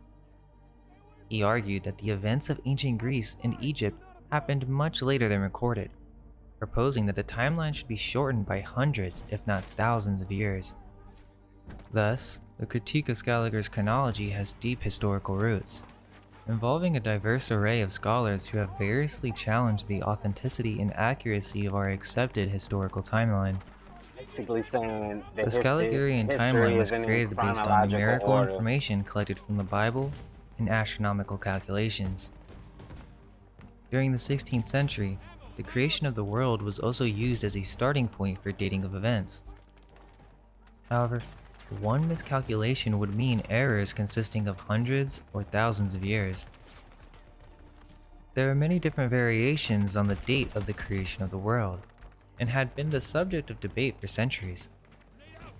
There were up to 20 different variations of this exact date of the creation of the world, with a range of up to 3,000 years. All other events in history were counted based on this date, Right? which if the date were wrong, would displace all the other events on the timeline by a significant amount. Some are hesitant to embrace that Jesus of Nazareth walked the earth, opting instead to view him as a metaphor for celestial phenomena or cataclysmic events. Yet this perspective overlooks a crucial aspect of historical integrity. By questioning the existence of Christ, one inadvertently challenges the very fabric of our mainstream historical narrative. Consider the Basically, testimony of several I don't think people understand what he's even trying to say right now, but we'll let him carry on. was created based on numerical information collected from the Bible and astronomical calculations. During the 16th century, the creation of the world was also used as a starting point for dating of events. However, one miscalculation would mean errors consisting of hundreds or thousands of years. There are many different variations on the date of the creation of the world, and had been the subject of debate for centuries. There were up to 20 different variations of this exact date of the creation of the world, with a range of up to 3,000 years. All other events in history were counted based on this date, which if the date were wrong, would displace all the other events on the timeline by a significant amount. Some are hesitant to embrace that Jesus of Nazareth walked the earth, opting instead to view him as a metaphor for celestial phenomena or cataclysmic events. Yet this perspective overlooks Damn, a I'm about to crucial get aspect killed. of historical integrity. Fucking chain gun. By questioning the existence of Christ, one inadvertently challenges the very fabric of our mainstream historical narrative. Consider the testimony of several pivotal figures from antiquity, whose accounts validate the life and impact of Jesus. Take for instance Tacitus, one of Rome's greatest historians. In his seminal work, Annals, he chronicles the execution of Christ under Pontius Pilate during the reign of Emperor Tiberius. Tacitus's reliability and detailed approach to historical documentation lend substantial credibility to his accounts, positioning them as foundational text in Roman historiography. Further corroborative evidence comes from Flavius Josephus, a Jewish historian who penned Josephus! Antiquities of the Jews. Despite his Jewish heritage and non-Christian biases, Josephus mentions Jesus in a manner that supports the New Testament narratives, referring to him as a wise man and a doer of wonderful works. His writings serve as a critical non-Christian source that acknowledges Jesus' existence. Damn. Moreover, Pliny the Younger, a Roman governor, provides a bureaucratic glimpse into how early Christians revered Christ. In his letters to Emperor Damn. Trajan, he discusses the treatment of Christians, noting their worship of Christ as a deity. Even the Talmud contains passages that some scholars believe refer to Jesus, Shout out to the offering a Talmud. perspective from a distinctly different cultural and religious context. Suetonius, another esteemed Roman historian, touches upon the early Christian disturbances in Rome, instigated by one Christus. Some scholars interpret this as a reference to Christ, which aligns with biblical accounts of early Christian evangelism under hostile conditions. Lastly, Lucian of Samosata, a Syrian satirist, mentions Christians and their worship of a crucified leader. His satirical work indirectly attests to the profound impact Jesus had on his followers, shaping their beliefs and practices. These historical testimonies, spanning various genres and originating from authors with diverse backgrounds, collectively suggest the existence of Jesus. Now, that's not to say that these authors are telling the truth or that they even existed. However, to dismiss Jesus as a non-historical figure is to undermine the credibility of numerous historical documents and the very scholars who penned them. It suggests a conspiracy of silence and falsehoods that transcends cultures and centuries. For those who consider history a reliable witness to the human past, the denial of Christ's existence is not merely a rejection of religious doctrine, but also a dismissal of the historical method itself. Right? Thus, if you're an agnostic who denies the historical existence of Jesus, you must also question the integrity of the mainstream historical timeline we have been entrusted with. For the purposes of our discussion, let's proceed under the assumption that Jesus indeed existed. However, we remain open to the interpretation that he might also symbolize a transformative reset event in history. Now, accepting his existence, during which historical era did Jesus live? Well, as noted, the medieval artists seem to believe that he was a contemporary. But is there any more evidence to support this? In the case of the Shroud of Turin, widely revered as one of Christianity's most sacred relics, traditionally believed to bear the imprint of Christ's crucified body, the shroud supposedly dates back to the 1st century AD. However, a pivotal study conducted in 1988 yielded startling results, suggesting a medieval origin. 3 prominent laboratories, Oxford University, Arizona University, and the Swiss Technological Institute in Zurich, undertook radiocarbon dating of the shroud, and their findings indicated that the linen fabric was produced between the 11th and 13th centuries. This revelation has stirred significant debate, leaving us with three potential conclusions. 1. The Shroud of Turin might be a medieval forgery. 2. The radiocarbon dating could be flawed, containing errors of several centuries. And 3. If the shroud is authentic, it may indeed be from the medieval period, prompting questions about the exact timeline of Christ's life. The implications of these findings extend beyond the shroud itself, spotlighting broader doubts about the reliability of radiocarbon dating when applied to historical artifacts. However, there is a compelling legend from the East, known as the Image of Edessa, that may lend more credibility to the authenticity of the shroud. According to this story, the image was miraculously imprinted on a cloth when it was placed over the face of Jesus. This cloth, believed to have been sent to King Abgar of Edessa to cure him of leprosy, bears a striking similarity to the descriptions of the Shroud of Turin. If this is the case, then that would imply that Christ lived during the 12th century. There is another piece of evidence. In the book Astrology from 1826, by English physician and astrologer Ebenezer Sibley, there's a zodiac with a horoscope containing the date for the birth of Christ. In the center, we see there's an inscription detailing this.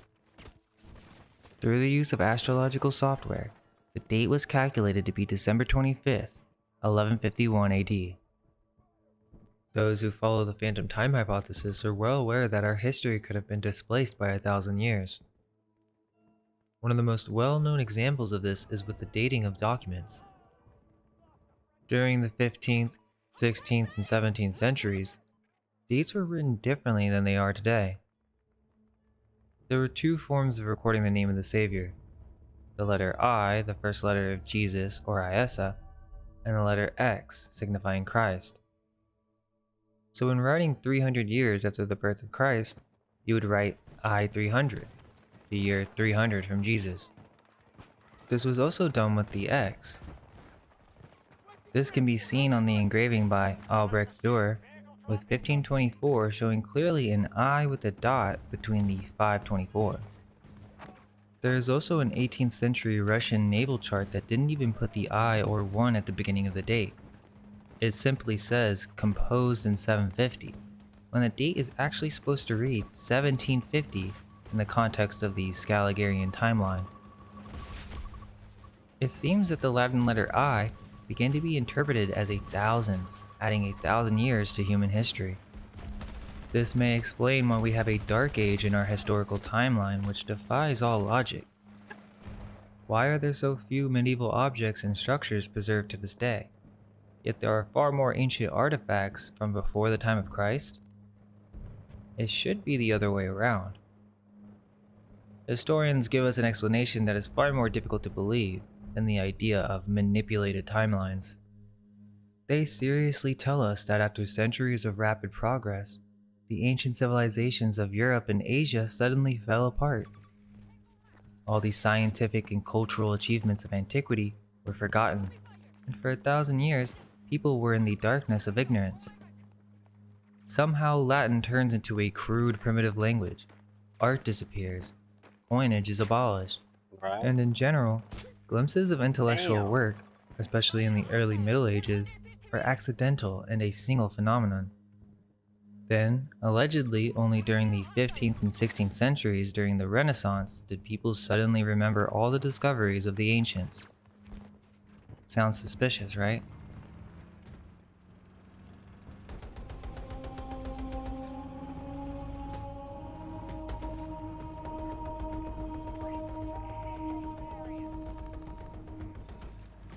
Multiple tangos!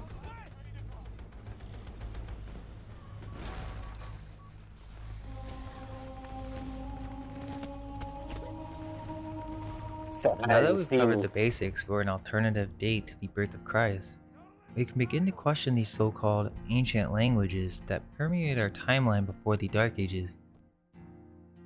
Many are not aware that the Hebrew language, in fact, was created in the late 19th century. The Hebrew script did exist, however the language itself died out somewhere between 100 and 200 AD of the mainstream timeline, according to historians. how could Hebrew as a language die out 200 years after the birth of Christ? So Jews, for most of modern history, weren't even speaking Hebrew. Are we to believe that they had these Hebrew Bibles and books, yet they couldn't even speak the language? It wasn't until the end of the 19th century that the Hebrew language, that hadn't been spoken in over 1,000 years, was revived by Eliezer ben Yehuda. Reportedly, ben Yehuda had to invent hundreds of words in order to compile the first modern Hebrew dictionary. How did he do this? Well, apparently, according to him, he used Arabic to invent the Hebrew language. Quote, in order to supplement the deficiencies of the Hebrew language, the committee coins words according to the rules of grammar and linguistic analogy from Semitic roots, Aramaic, and especially from Arabic roots. End quote. Wait, especially from Arabic roots? Quote, concerning Arabic, Ben Yehuda maintained that Arabic roots are ours.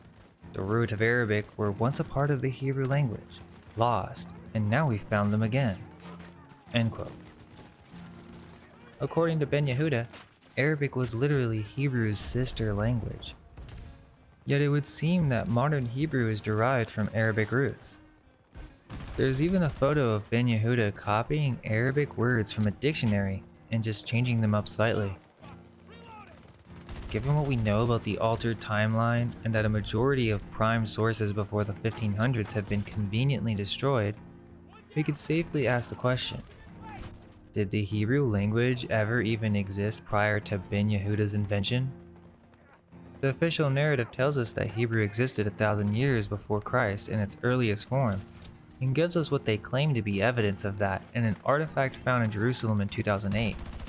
It's called the Khirbet Qeiyafa Oshtakon, and to me, it looks nothing like the Hebrew script we know of today, and the one that existed in the Middle Ages. As you can see, this artifact that is supposed to suggest that ancient people spoke Hebrew seems more to be proof that they were using a Phoenician-inspired alphabet, which if you've been following the channel for some time, Phoenicians. know is inspired I by know the about the Phoenicians. Ogham Ogham Gaelic alphabet of ancient Ibernia. They tell us that Hebrew and Arabic come from Aramaic, but let's consider this. Why didn't Ben Yehuda just use Aramaic? Also, some will say that Aramaic still exists today, but most Jews throughout history did not speak Aramaic. Only Arabic and a few variations of Aramaic survived into the modern day. However, Aramaic today has around That's 500,000 speakers, whereas Arabic has 380 million speakers. Arabic also serves as the liturgical language of more than 1.9 billion Muslims. Aramaic is not even a single language. It has 150 different dialects, and none of them sound like the language of the Babylonian Talmud or the language spoken by Jesus. So what language were the Jews speaking after the Hebrew language supposedly died out?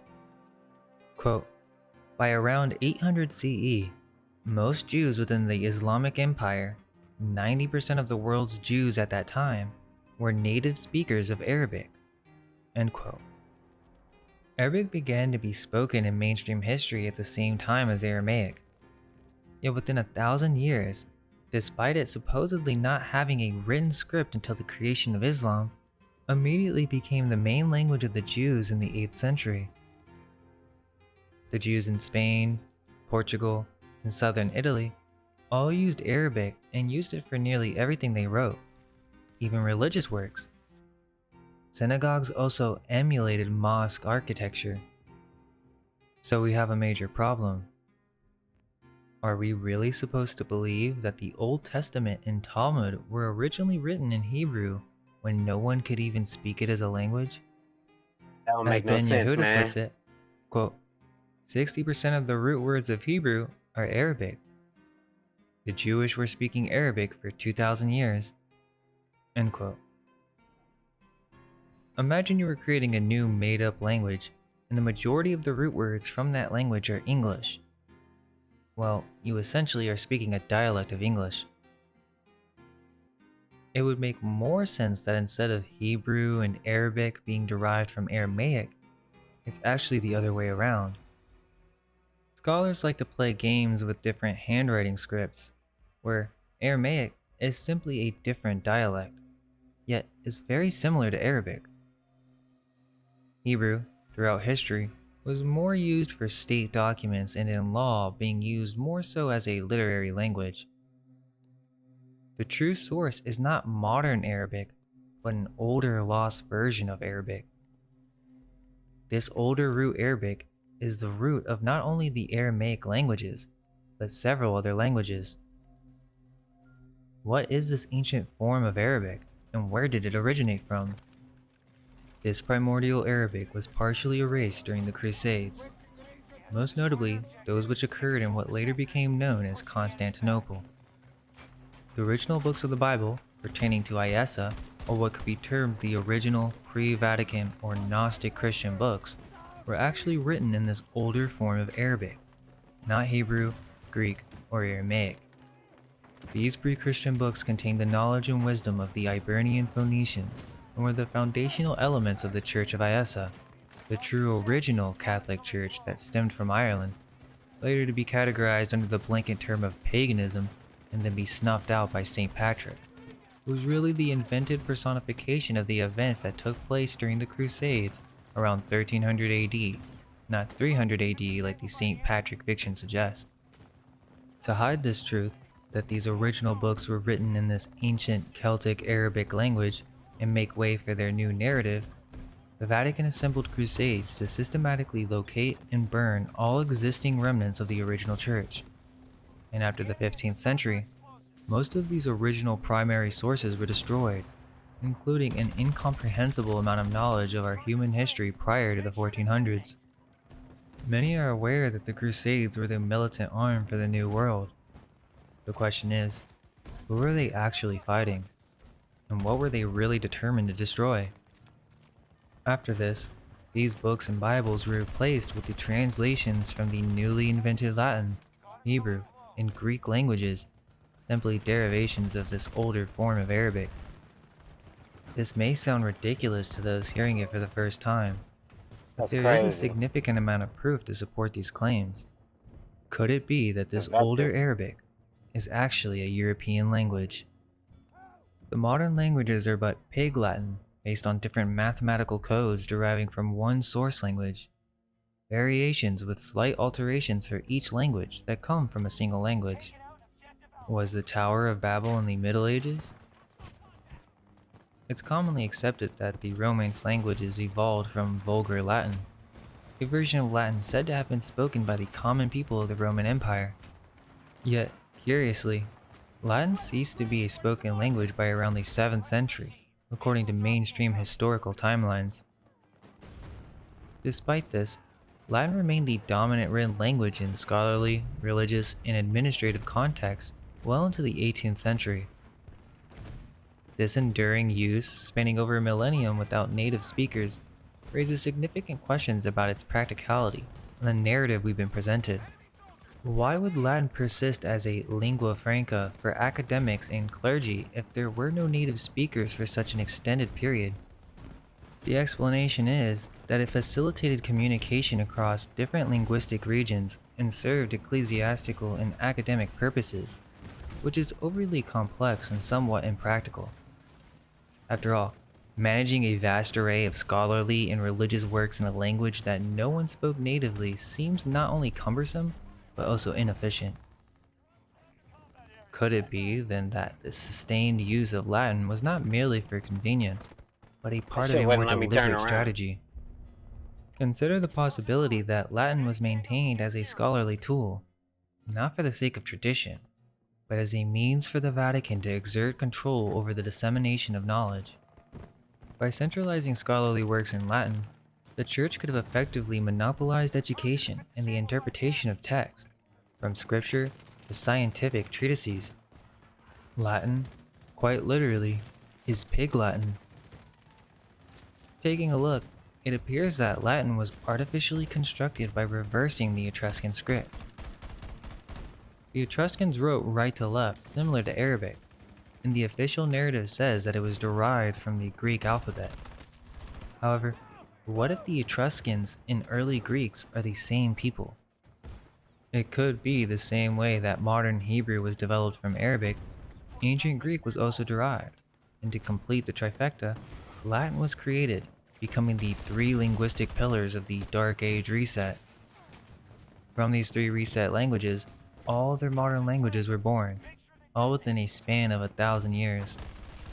The ancient Greek literature, thought to be Fucking created in the snipers, bro. 16th and 17th centuries, is derived from heavily edited translations of older text into a newly invented ancient Greek language.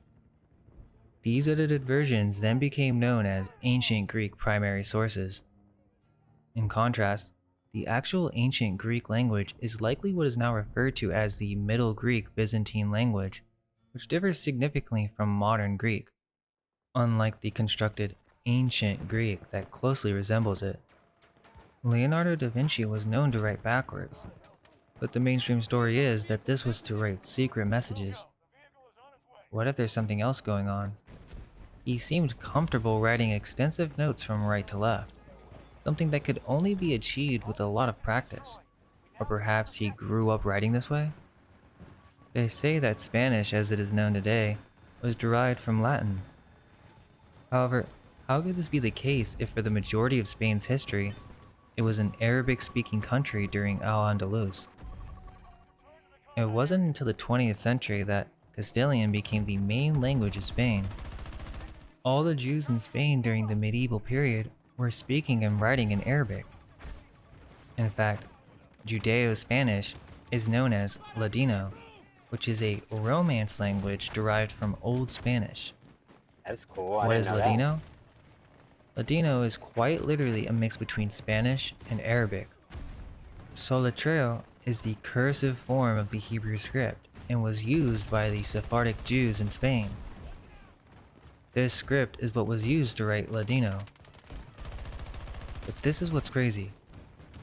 Here's a postcard from Latin America where you can see Latin letters in handwriting form or cursive, and then we see this Ladino, which is basically Arabic.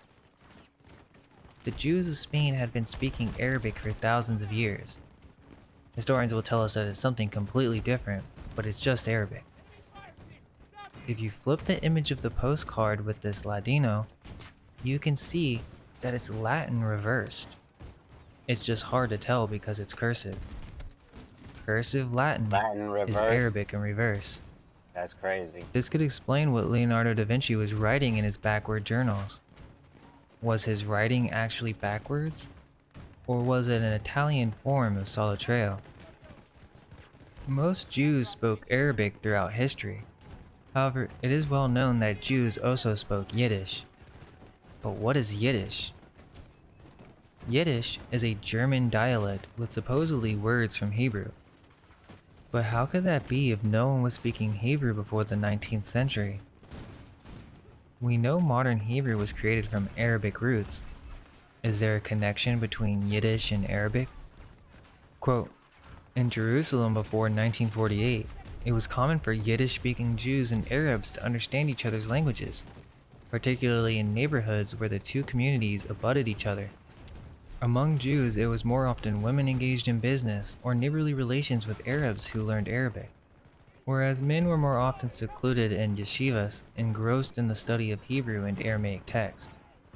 Arabic was taught alongside German in the modern Sephardic schools established after 1850, and while there were attempts to integrate Arabic into the Ashkenazic institutes of learning in order to provide graduates with practical job skills, these were usually resisted by religious authorities.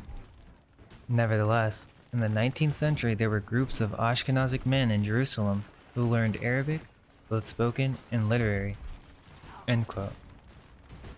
So we have first-hand accounts that Yiddish-speaking people and Arabic-speaking people could understand each other's languages, and that Yiddish-speaking Jews were encouraged to learn Arabic to obtain practical job skills. Or maybe they could understand each other because both languages share a common root. It seems that modern Hebrew is a mix between modern Arabic, ancient Arabic, High Germanic, and Slavic languages, and that the term Aramaic is a blanket term that is being used to conceal the true origins of the Hebrew language as well to hide how the Hebrew alphabet was created only 1,000 years ago at the end of the Middle Ages, not 3,000 years ago as the official narrative states. But this phenomenon of newly invented languages doesn't just affect a few languages. It seems as if the majority of people were not speaking our modern languages up until a couple hundred years ago. Quote, until about 1800, Standard German was almost solely a written language. At this time, people in urban northern Germany, who spoke dialects very different from Standard German, learned it almost as a foreign Damn, language right and when I tried to woke up. pronounce it as close to the spelling as crazy. possible. End quote. What's strange is why were most of these Romance languages essentially not even spoken by the locals until the 19th century? How could it be that in 1861, only 2.5% of Italy's population could speak Italian? If Italian replaced Latin during the Renaissance, and they have thousands of books being written in Italian, who are reading these books if no one is speaking Italian? Sicilian has many similarities with Arabic. Many of the words are derived from Arabic roots. There is even a distinct variety of Arabic that was spoken in Sicily for centuries called Sicola Arabic. Italy also has many Arabic city names. It wasn't until schooling became mandatory that the European populace were forced to learn these new languages that are supposedly derived from Latin. The same happened with France, where in 1789, 50% could not speak French at all, and only 12% spoke it fairly well. Apparently, by 1860s, only 20% could Try to speak get out modern fast. French. Most French speakers during this time are said to have spoken Occitan, not French. Occitan is another supposed Roman language allegedly derived from Latin. Occitan has several different dialects. For example, Catalan and Valencian. However, when we take a look at these compared to Arabic, we see a striking similarity. You can even see how some words and phrases are simply flipped and altered slightly. As stated before, these prototype dialects are often associated under the blanket term Latin Vulgar. Again, is this blanket term that is meant to associate these early European languages with Latin really hiding the fact that their common root was really this ancient Arabic? The question is, why would this need to be hidden to such a great extent? Could the knowledge that our languages come from an older form of Arabic be traced back to something much deeper? Mainstream history will say all of this Arabic influence is due to a myriad of Muslim invasions that spanned throughout the course of the Middle Ages. However, it becomes quite clear that the Occitan dialects are actually just dialects with alterations of Arabic. So what we have is that Spain was speaking Arabic, Germany was speaking Arabic, Italy was speaking Arabic, and France was speaking Arabic. These are the major European countries. Historians insist that the word Europe or Europa originates from Latin, and before that, from ancient Greek mythology. It's a common practice for historians to attribute many historical elements to myths. By doing so with Latin and Greek myths, they effectively obscure real historical narratives. These myths were mysteriously found after they went missing for 1,000 years. These myths were clearly invented by the people in power in order to hide and destroy the true history of the world. They wanted to show that religion copied from Latin and Greek myths. Europa, Europa, Irapa, Edaba, Edabi. The word Europa was clearly modified from Arapa or Araba. Europa, Arapa, Araba was the land of the Edabi, or the land of the teachers and rabbis, the land of the educated or enlightened, or the servants of God. Originally, a rabbi was simply a rabbi, Edabi, and this had nothing to do with race or modern religions.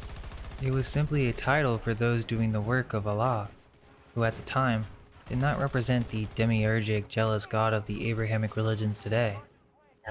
The original Allah more closely represented a universal oneness that inspired people to create amazing things and to live in harmony with the natural world.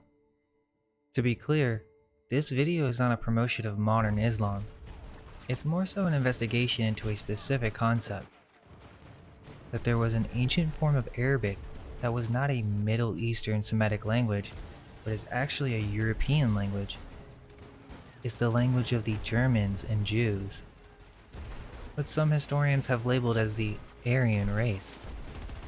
This Arabic is not the same as modern Arabic, but most likely is an older lost form of Arabic that was a mix between Gaelic and Arabic. Supposed ancient Phoenician is simply early Irish Celtic.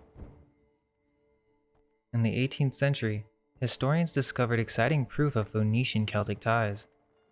An ancient Roman dramatist, Titus Macius Plautus, wrote a play, The Penniless, in which he placed the current Phoenician into the speech of one of his characters. In the 18th century, linguists noticed the great similarity between that Phoenician and the early Irish Celtic language. Sir John says, quote, "The Celtic Cymry were for some time indifferently called Cambria or Cumbria. The Welsh word on which they are based being, as now written, Cymru, and is there pronounced nearly as an Englishman would treat it if spelled Cymru or Cymru. As students of Old Testament history will know, Cymru or Cymru was the name of the Israelites in Assyrian text." End quote. In 1847, the peak of the Irish potato famine, an Irish doctor in Istanbul asked Ottoman Sultan Abdul Majid I to send aid. He obliged, sending 3 ships of grain to Drogheda port, north of Dublin. The grateful city put the Turkish star and crescent on its crest, where it still Almost, remains. man. It appears too on the Drogheda United jerseys. Although Celtic languages and Semitic languages belong to separate language families, they share numerous typological similarities. The mainstream explanation for these similarities is that the ancestors of prehistoric Irishmen hailed from the area around contemporary Levant and migrated across the southern Mediterranean, making the modern-day Irish genetic cousins of ethnic Arabs from the Levant, or that the Phoenicians colonized Ireland in ancient times. However, what if the mainstream story, like much of this info, Holy is in shit, reverse? bro. That's crazy. That civilization actually migrated west to east, and not east to west as we've been told in the official narrative. There are many word similarities such as butterfly and sugar. The Ogham stone, a key to Ireland's earliest form of writing carved into upright stones, bears parallel inscriptions in Kufic Arabic and Egyptian hieroglyphics. If you compare Kufic Arabic to Irish Ogham, there's some similarities. It's just that Kufic has gaps in between the letters. However, they both have the straight and angular strokes. And if we look at this Phoenician script, it looks as if it could be the missing link between Ogham and Arabic type script. There is also Square Kufic, which is very bizarre. It basically looks like an ancient QR code. This is used in ornamental decoration and can actually be read. For example, look at the Square Kufic for Muhammad. If we read between the lines, we can actually see a swastika in the center. It's strange to consider that the same symbol used for the Aryans happens to be Muhammad in Square Kufic. There are also many similarities between Gaelic and Etruscan. Here's a list comparing the two. Some even believe that Etruscan may have sounded very similar to Gaelic. The Etruscans were the Irish. Quote, Monsieur Gebelin, who is called by Colonel Valency a great luminary of learning, says the Greek or Pelasgian before the time of Homer and Hesiod sprung from the Celtic, and from the same Celtic the Latin and Etruscan, all facts which I think cannot be disputed. From Godfrey Higgins. End quote. From Michael Tessarian, quote, scholars have proven the Pelasgians, Etruscans, Dorians, and Phoenicians to have been one and the same people, or at least intimately connected. These races were of Irish ancestry. The only thing that makes them different from the Irish is their location. They were not, as fraudulent historians insinuate, from the east, they merely temporarily resided there. End quote. Quote, Dr. Clark has given a coin which he says is evidently Phoenician. On one side is an inscription in the Phoenician language, but in Etruscan characters, which proves the Phoenicians and Etruscans were the same people. Godfrey Higgins. End quote. The Irish sun god was known as Iesa, or Essa. Jesus is still referred to as Essa in the Quran, and was known by that name to both the Arabs and the Copts. In northern India, Iesa is remembered as Issa or Essa. From this word, we derive essence, asim, and esoteric, etc. Other versions of the name are Hesu, Isis, and Asar, that meant he who creates or brings the fire. Another interesting connection between Celtic and Arabic is the Celtic knot. This can be seen in art, architecture, and even scripts. These are known as endless knots, characterized by their looping, seamless lines that appear in a range of mediums. From the stonework of Celtic art and architecture, to the ornate carvings of the Arabic mosque and even the detailed scrollwork in Chinese temples and manuscripts. This design, which is well known as an Irish symbol, can be found in several mosques in Turkey and in Spain. Likewise, the Chinese mystic knot, which also features an unending loop, parallels the Celtic knot in both form and function. We have covered the Chinese-Celtic connection in China unveiled. However, one interesting thing to notice is that the Manchu language bears a resemblance to Arabic. It is said to be derived from the Syriac alphabet. However, if we simply turn Manchu 90 degrees, it looks exactly like Arabic.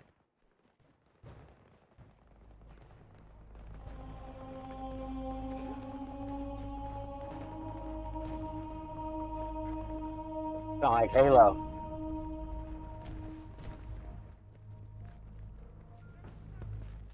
We're clear. Move up to the next sector.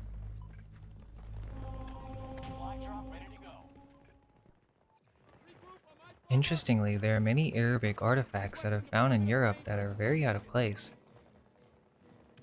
Many of these are typically explained by historians as being a remnant of the Muslim I conquest. thought I was sneaking up on the The sheer motherfucker. amount of artifacts and the locations in which they're found contradict that explanation. Here's a fascinating artifact that doesn't have any logical explanation. Damn. It's a ring that was discovered in a Viking. Hold on, let me pause it real quick for a second. Damn, that shit is freaking feedback.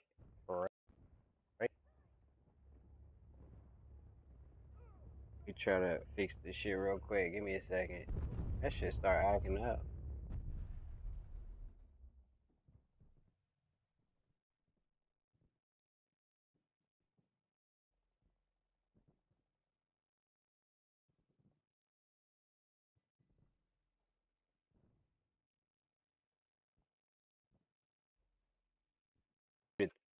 Yeah, my bad shit. I'm glad I muted that shit. That shit was about to be loud as hell. Era grave in Sweden, and it has an Arabic Yeah, inscription that says, crazy. "To Allah." Why would the Vikings have a ring with Arabic? Why would they bury their dead with Arabic artifacts? They say that there was an Roman extensive trade Empire relationship theory. between them. However, it seems according to Arabic texts that they didn't like the Vikings at all. They have found thousands of Arabic coins in Sweden and Denmark, which come from the Viking era and found in Oh. burial sites. Quote, more Islamic coins have been found in Sweden than in Afghanistan. End quote. How does that make any sense? Not only are these the most common ancient coins found in Europe, but also in Russia. These coins with Kufic inscriptions can be found everywhere, even in Ireland. Here is an 8th century cross with Arabic writing that says, "By the will of Allah," found in Ireland. Why would there be Arabic writing on a cross? A total of 173 gold and silver Islamic coins, minted before 1100 AD, are known to have been discovered in England, distributed among 9 hoards and about 70 single finds. They provide rare and tangible evidence of contact between Anglo-Saxon England and a far-off world known only vaguely to most of England's inhabitants through hearsay and pre-Islamic written accounts of the Orient. But the question is, were these coins and artifacts already there? Crazy. There are man. countless medieval swords with Arabic inscriptions. Here is an Italian medieval sword with an Arabic inscription dated 1453. These can also be found on German swords as well. Could you imagine digging up soldiers from the American Civil War and the weapons have Chinese inscriptions on them? Would be out of place, What? right? Historians have That's come up with an crazy. He shot me explanation from for way these up there. swords. That somehow these swords ended up in the city of Alexandria and then taken to the arsenal and decorated with Arabic lettering. This is odd because the lettering was most likely made during the forging of the swords on hot steel. Another strange occurrence are Arabic inscriptions on Russian armaments. Several Russian helmets are decorated with Arabic writing, even the royal ones. Here is the helmet of Ivan the Terrible, which reads, "Allah is the Great and Muhammad is his prophet." Apparently, even Russian was written using Arabic letters in the mid-17th century. Why does the coronation mantle of the Holy Roman Empire, a symbol of imperial authority and Christian kingship, bear inscriptions in Arabic? This striking detail stands out as a peculiar anomaly. The mantle, preserved to this day, carries no other writing, making the presence of Arabic even more baffling. There's also this famous statue of David in Italy that throws us down a new rabbit hole. Andrea del Verrocchio's bronze statue of David was made between 1473 and 1475 and was commissioned by the Medici family. But here's the mind-blowing part. Why is the future king of the Israelites wearing a leather tunic that includes Arabic? Now historians have found a way to explain this, and it's called pseudo-Kufic.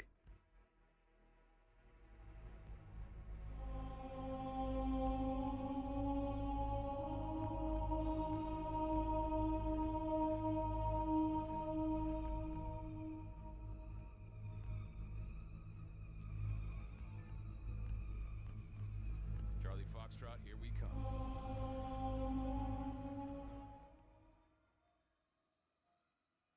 Pseudo-Kufic, also known as Pseudo-Arabic, is a style of decoration used during the Middle Ages and the Renaissance, consisting of what the scholars call imitations of the Arabic Kufic script, or sometimes Arabic cursive script, made in a non-Arabic context.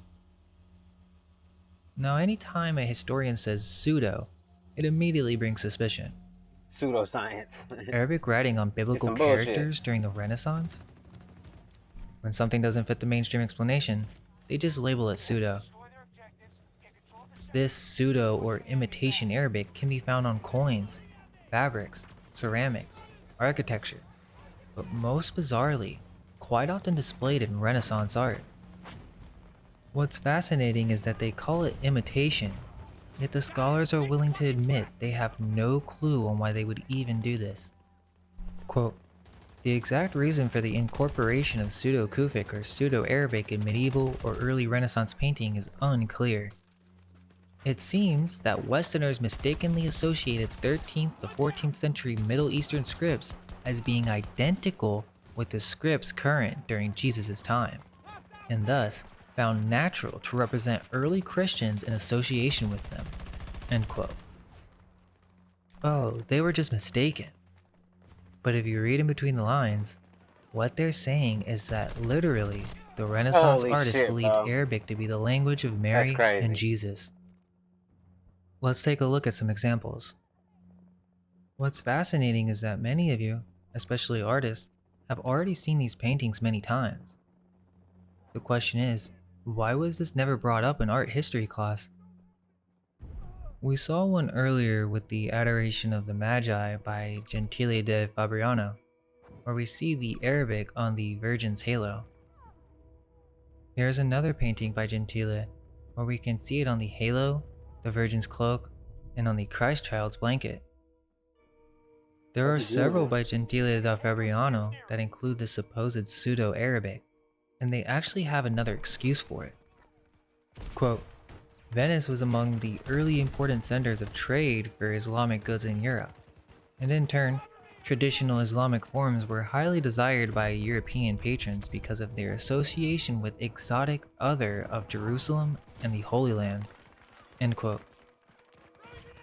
Okay, but why did they associate Arabic with Jerusalem?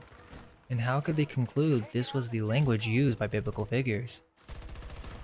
Also, if this is really the answer, then why would they stop doing this out of nowhere in the early 16th century? It would seem there's more to this story. Either these artists were simply ignorant, or something's being kept hidden from us. Mazzacho, 1426. The Virgin has Arabic text on her halo and robe.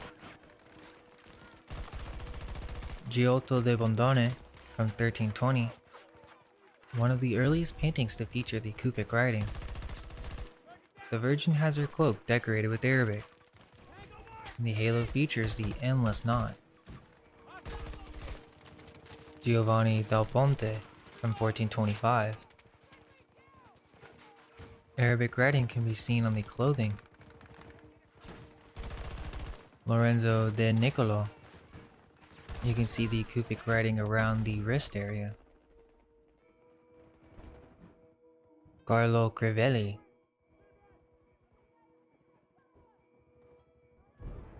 Pinturicchio.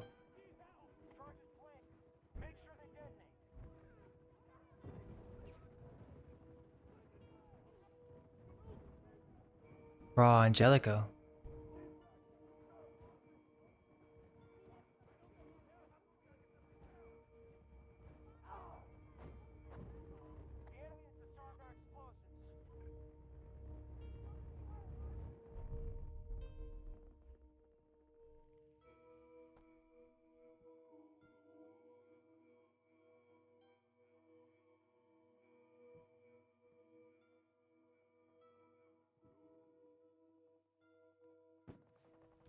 Ugolino de Nerio.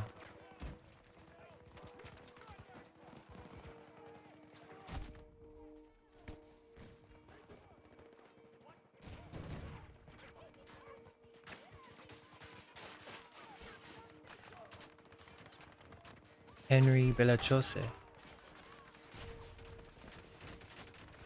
Paolo Veneziano.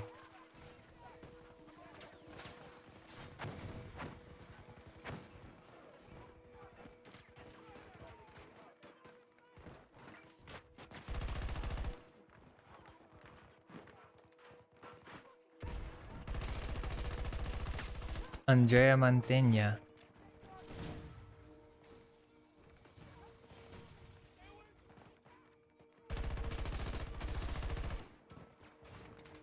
Petrus Christus has a painting with the Virgin and Child, and on the rug we can see the endless knot pattern. Interestingly, there's an entire explanation on why there's so many Oriental rugs in Renaissance paintings. Why are there?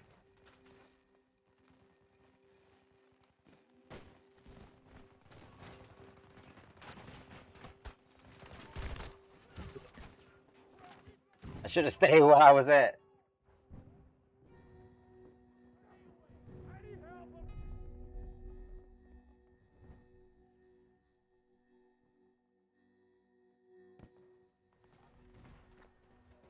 Duccio de Boninsegna.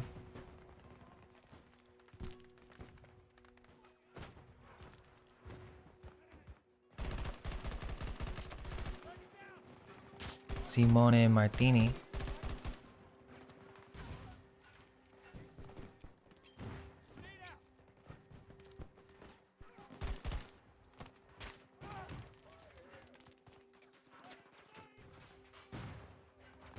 Why are there so many examples? Were they all simply mistaken? How could such a mistake be so prevalent during the Renaissance? Is it truly imitation Arabic? Perhaps this is an older, more ancient form of Arabic that has been lost, yet the Renaissance artists were still in possession of the knowledge. This older version of Arabic was then twisted, reversed, and rotated in order to create new languages. An interesting example of this is the Alpha and Omega. In the Bible, we find that God is the Alpha and Omega, the beginning and the end, the first and the last. Today, the modern Omega looks like a horseshoe, the last letter of the Greek alphabet. However, if we look for older versions, there's something very interesting to note. Older versions of the Chi-Rho use a W letter for Omega, which today is a lowercase omega. However, why would they be using the lowercase, especially in reference to God? Well, apparently they hadn't standardized the alphabet, so this was not lowercase. It was actually the original symbol they used for Omega. In Rome, the Chi-Rho looked like this. In most of the oldest versions we can find, Omega was depicted similar to a W. Now if you take this Alpha and Omega, placing Alpha on top of the Omega, you get the name for Allah in Arabic. It's just that there are different handwriting styles and different positions of the characters.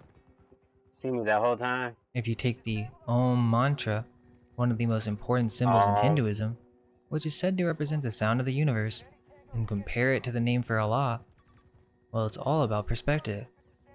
Move the letters around, similar to Pig Latin, and you find that they're the same symbol.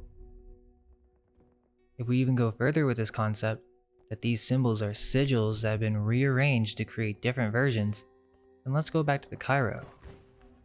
Do you notice anything peculiar? Let's look at some Roman coins of the Chi-Rho. Notice how the loop for the P looks somewhat separated? The Chi-Rho is the symbol for the more original universal religion, that at the time was using elements that became separated into two separate religions, Christianity and Islam. The crescent and the star, which became the crescent and the cross. Take the curve from the upper P and place it under the six-pointed star, and you have the crescent and star. Today it's drawn with 5 points, but in the past it could be 6, and in some cases 8. This isn't that far-fetched, as Roman coins of the Roman Emperor Hadrian even had this symbol. In the epoch of the 12th to 16th centuries, the two well-known symbols of the crescent moon with a star and a Christian cross adjacent to a crescent moon effectively signified the same thing. Today, a crescent moon with a star is considered to be exclusively a symbol of Islam, of the Muslim faith, and a cross at the base of which there is a crescent is regarded purely as a Christian symbol. However, Christianity of the 12th to 16th centuries was one entity, and it was only at the end of the 16th century after the Crusades that a split began to appear, which led in the 17th century to the division of Christianity into several denominations: Orthodox Christianity, Islam, Catholicism, Judaism, Buddhism, etc. Now keep in mind, this is all according to the alternative timeline. A formerly united Christian symbol, a crescent moon and a star, equals cross. Possibly first symbolized the Star of Bethlehem, which lit up at Christ's birth in the year 1152, and also the solar eclipse associated with the crucifixion of Christ in year 1185. You may recall that during the solar eclipse, the sun initially turns into a half crescent. The crescent may also symbolize the moon, which blocks the sun. The star, cross, inscribed inside the crescent was depicted in various ways: 4-pointed, 5-pointed, 6-pointed, and 8-pointed. After the division of the churches in the 17th century, the symbol of the star cross has multiplied and gradually turned into its modern versions, including that of a crescent and a star, today 5-pointed, and also into a cross adjacent to the crescent. A 6-pointed star equals a 6-pointed cross, which has separated from the crescent began to be called the Star of David. So the Star of David, which today is considered exclusively to be a Judaic symbol, most likely symbolizes the Star of Bethlehem of the 12th century. There's also the fact that on the domes of many Russian churches and cathedrals, there are Christian crosses combined with the supposed Islamic crescent. This attracts a lot of attention. Historians and members of clergy are often asked the question, what does it mean? As today, a crescent is considered to be a symbol of Islam, distant from Christianity. So why then can a crescent be seen together with the cross? Usually the answer is as follows. Purportedly, in the epoch of the religious wars, Christianity in Europe defeated Islam. So they put an Ottoman crescent at the base of the Christian cross as a symbol of victory, so that people always remembered the triumph of the cross over the crescent. But such explanations are invented post factum and do not represent the facts. The true meaning we have made clear above, that there was once a unified religion. In some places in Russia, there have survived old depictions of a Christian cross and a crescent, where the crescent is not situated below, but in the very center of the cross, and even on top of the cross, above it. So it is completely impossible to say that here is depicted victory of the cross over the crescent. If we follow the logic of the historians, then we'll have the opposite. The crescent placed above the cross should have been symbolizing the victory of Islam over Christianity. But how could a symbol like that appear in the Christian Orthodox cathedrals? Ridiculous, preposterous, some may say. And it is quite a shocking statement. However, we aren't the only one to notice this connection. Look at this painting from Fra Angelico, where we see Christ with Alpha and Omegas drawn all over his robe. But if you look at his arm, there's pseudo-Kufic, associating the Alpha and Omega symbols with Arabic. This was painted in 1432. Could it be true that Islam and Christianity were once a unified religion, and that the people who were following this unified religion spoke this ancient form of Gaelic Arabic? There's much more we have to look into, and this next section might help to make things a little bit more clear. Charges placed. Make sure they detonate. The enemy is discharged our explosives.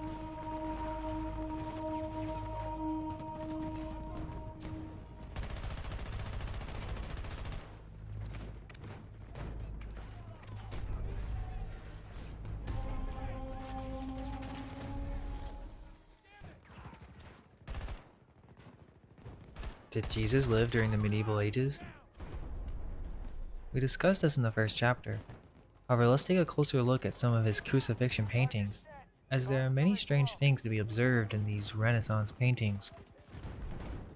According to the Bible, Jesus was crucified at a spot outside of Jerusalem called Golgotha, which means place of the skull.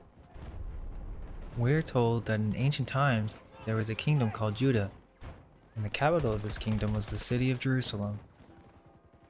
Historians and biblical scholars will have us believe that ancient Jewish Jerusalem and the modern Jerusalem today is the same city. The question is, how did the historians know for a fact where ancient Judah was located? Modern Jerusalem is believed to be a very sacred place by all Abrahamic religions. It is here, we are told, that the Temple of Solomon was built, where Jesus was crucified, and the Prophet Muhammad ascended to heaven. There are many claims to genuine biblical history and artifacts in modern Jerusalem. However, there are some who have brought up some inconsistencies with the mainstream story. Tour guides report that there are both churches and houses of the Old City that were built much later than the events described in the Old and New Testaments. Plaques installed on some houses report that the house was built in the 14th century, and this one in the 15th century.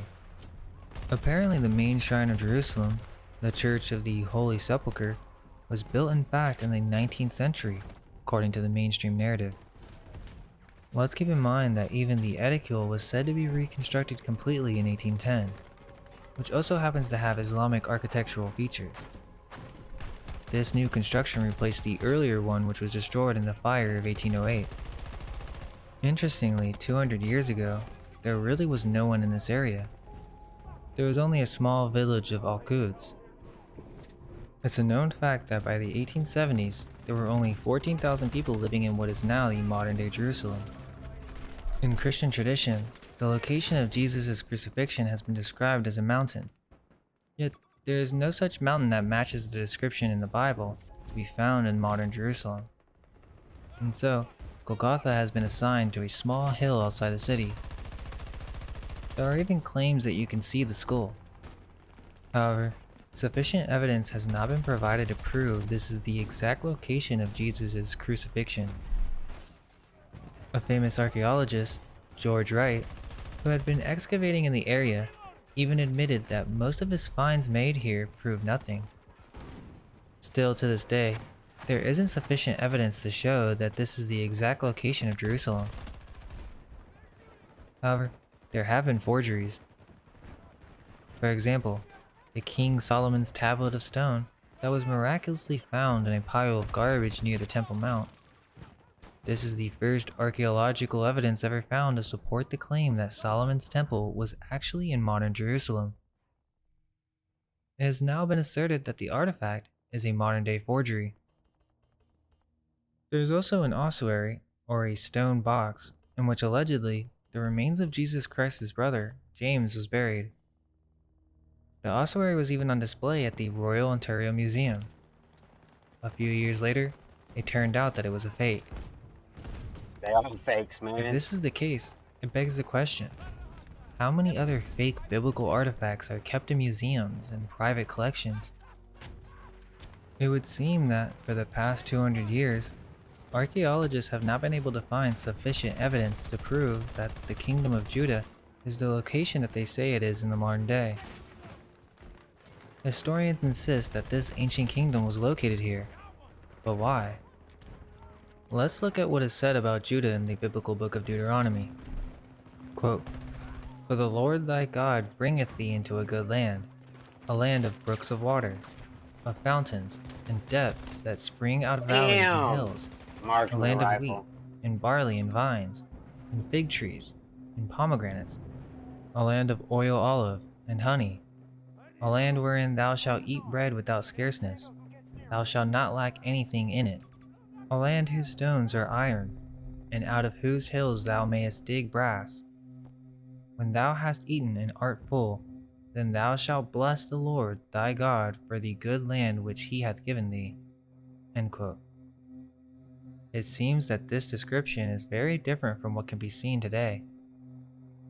The nature of ancient Judah is completely different from where they claim it to be now. The land today is a desert and very barren. It's difficult to imagine that there were wheat fields, vineyards with water and abundant rivers. If this was the case, then what happened? How did the blooming land turn into a scorched desert? Historians are well aware that in modern Jerusalem, there were never streams of water, springs, or lakes. The nearest water is miles away from the city. Why would they build a city where there is such scarcity of water? All ancient cities were built near water because they could use the flowing rivers as transportation routes. However, if we take a look at medieval paintings, they may provide us with more clues on this matter. These paintings depict Jerusalem located near a wide river or strait, high hills overgrown with greenery, and tall branch trees. This is not just one painting. You can find the same type of details in several paintings from the Middle Ages. It is quite clear that these artists did not depict Christ being crucified in the desert. Did they happen to know what the real Jerusalem looked like? Another interesting detail is that the people depicted near the cross are wearing warm clothing, which does not seem suitable for a desert climate. Why would they be wearing warm coats and fur hats? The historians insist that this is simply a fantasy, or that the medieval artists were just I try to blow imagining 'em these up. details. Interestingly, in the medieval ages, educated people believed that Judea was in the very center of the world. There are many maps that put Jerusalem in the middle of the world. This can be seen in the Hans Rust map of 1480. So the question is, where did Jesus really live? Where was he crucified? It would seem the secret may be revealed in these medieval paintings. If you look through the Christ crucifixion paintings, you can find some very strange details. To begin, the majority of them feature medieval castle-like architecture in the background, some of which seem to be quite advanced for the time of the Bible. One could argue that these painters simply were imagining these details to portray Christ from their time period. But the next question would be why? That would be historically inaccurate, and these artists are known for being extremely detailed. The only logical conclusion is that this is what they actually believed during this time. In these paintings, we can see a wide river when no such river ever existed in modern-day Jerusalem. In many of them, we can see two main bodies of water. What's strange is that there are even medieval ships on the river. However, what becomes quite clear is that there is a similarity of architecture between multiple different artists, and one painting in particular stands out as being the most revealing. A painting by Gerard David in 1475 shows Jesus' crucifixion with a massive city in the background. If we take a closer look, some of these buildings in the background can actually be identified. This is Constantinople, or modern-day Istanbul. In the background, we can see the Hagia Sophia, the Blue Mosque, and the Galata Tower. It seems to be quite clear that the artist was attempting to recreate these famous buildings in Istanbul. It would be understandable if these paintings were from Turkey and these artists were simply painting their environment, but that is not the case. There are many of these paintings, and they come from a variety of different artists from all corners in Europe. Here's another one. This painting is by John Provoost from the 15th century. We see Christ is being crucified, and even some men with turbans. What's interesting about this painting is that we see two massive domed buildings. But the shocking thing about this is that there are crescents at the very top of the buildings. Why would there be a building in Jerusalem with a crescent? The domed building to the left of Jesus looks very similar to the Hagia Sophia, and the dome building to the right looks like the Blue Mosque. What's fascinating is today in Istanbul, these structures still have the crescent on top. Some still may feel that this is not conclusive enough. However, there are many more interesting details to cover. For example, did you know that during medieval times, Constantinople was referred to as the New Jerusalem? Some even believed it to actually be Jerusalem during their time, that this was the place that Christ died and will return. It's not that far-fetched of an idea. Constantinople was the largest and richest city in Europe during the Middle Ages. It was known as the Second Rome and a part of the Byzantine Empire. They say it was a part of the Byzantine Empire, but the term for Byzantine was invented by a German historian named Hieronymus Wolff in 1557, and it wasn't until the 18th century that this term was popularized by French historians. So which is it? Is this the New Rome, New Jerusalem, or Constantinople? Also, now that we're considering that Jesus is from the Middle Ages, the Crusades take on a whole different meaning. If Jesus was really crucified 2,000 years ago, then why did it take 1,000 years for the Crusades to take place in order to avenge the crucifixion? Peter the Hermit suddenly begins telling people to go take revenge, and one day, everyone wants to go and get revenge for something that happened 1,000 years earlier? However, if the events of the Bible were unfolding in the late Middle Ages, between 1000 AD and 1300 AD, the Crusades begin to make a lot more sense chronologically. Another interesting point to make regards what happened in the Fourth and Final Crusade.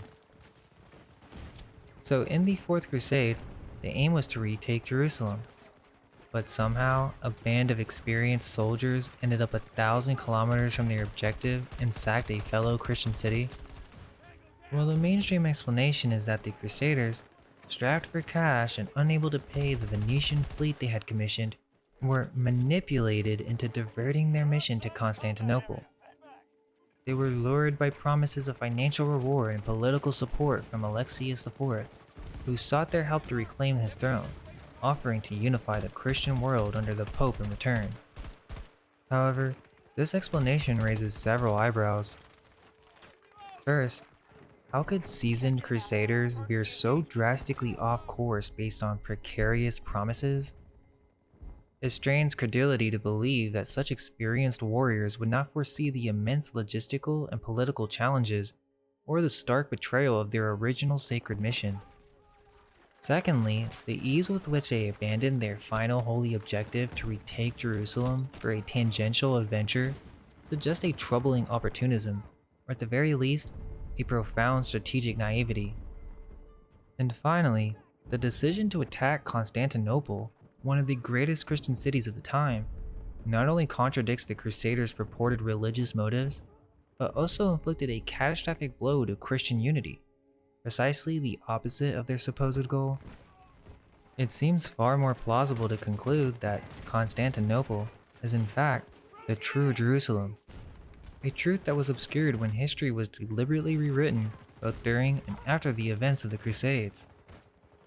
Following the sack of the city, crucial documents were burned, and historical narratives were meticulously crafted to hide this reality. Now it becomes quite conceivable to propose that the European painters of this era, having visited Constantinople, Damn. believed it to be Jerusalem. They were either capturing these architectural elements from memory, or working from descriptions of the place where Jesus was crucified. These descriptions likely included domed buildings, blue roofs, minarets, and the Bosphorus River, features prominent in their artworks and suggestive of the city's revered status. There are countless others. Here's one by Jan van Eyck showing Jesus being pierced by the Holy Lance. Cornelius Engelbrecht, Crucifixion Altarpiece. In Jan van Scorel's Crucifixion, we see a similar domed structure with blue tops. Wolf Huber, Allegory of Salvation. The domed building has Islamic architectural elements. The enemy has disarmed our explosives. The Crucifixion, Jacopo Tintoretto. Men wearing turbans and a domed building in the background with a blue roof. Even old manuscripts show medieval castles behind the Crucifixion. The Crucifixion from 1501, Giovanni Bellini, features minarets and Islamic architecture. Here, we have an ancient miniature allegedly dated to 1470 from John de Courcy's Global Chronicle. We see Jerusalem pillaged by the Syrian king Antiochus Epiphanes. Jerusalem is pictured as a medieval Gothic town. We see an Ottoman crescent on the spire of one of the towers. In another miniature, allegedly dated to 1470, we see the extremely ancient King Nimrod in the ancient Babylon, which is depicted as a Gothic medieval town with elements of Muslim architecture. Let us delve into the intriguing mysteries surrounding the Hagia Sophia. A new theory emerges that challenges the long-held belief We that this can't get architectural masterpiece Ain't was nothing we built can in the do. 6th century under Emperor Justinian I. Instead, some suggest that its construction might date to the 16th century under the rule of Sultan Suleiman the Magnificent. This theory proposes that the grand structure we see today could have been one of the first major construction projects of the Ottoman era, rather than a relic of the Byzantine past.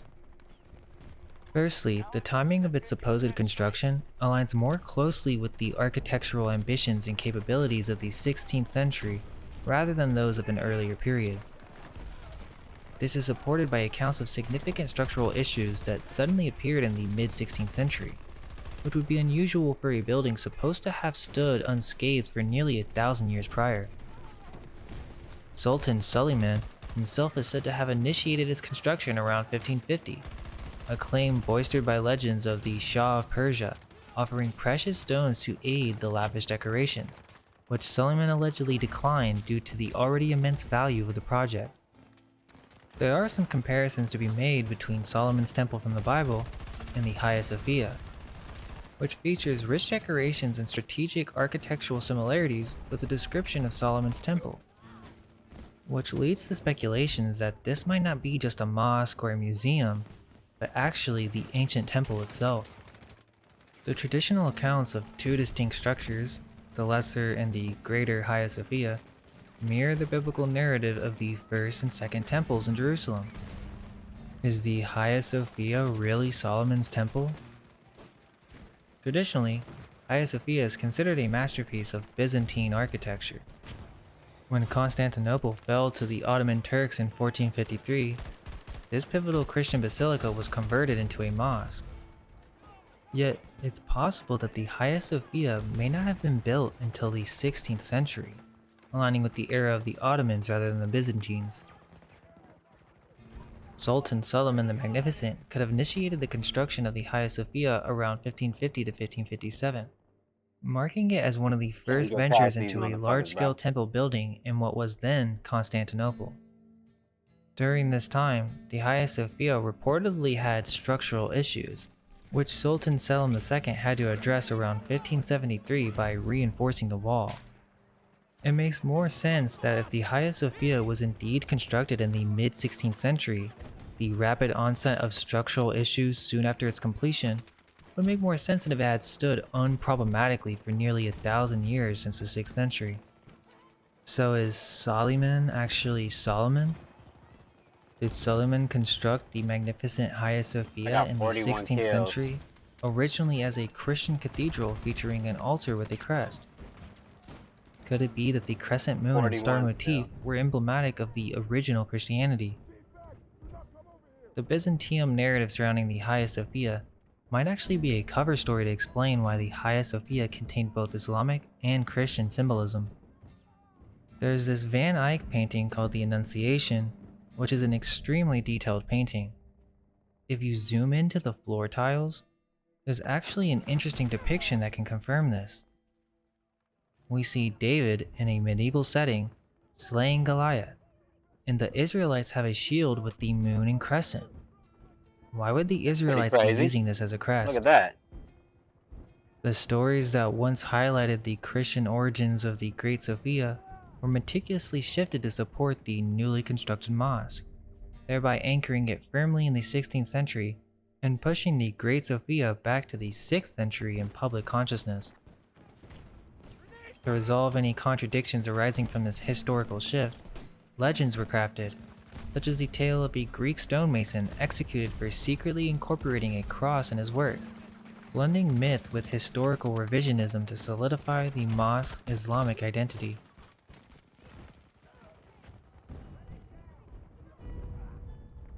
Damn, bro, this shit crazy. We can't get past these people. Nothing we can do about it. They locked in over there, shit.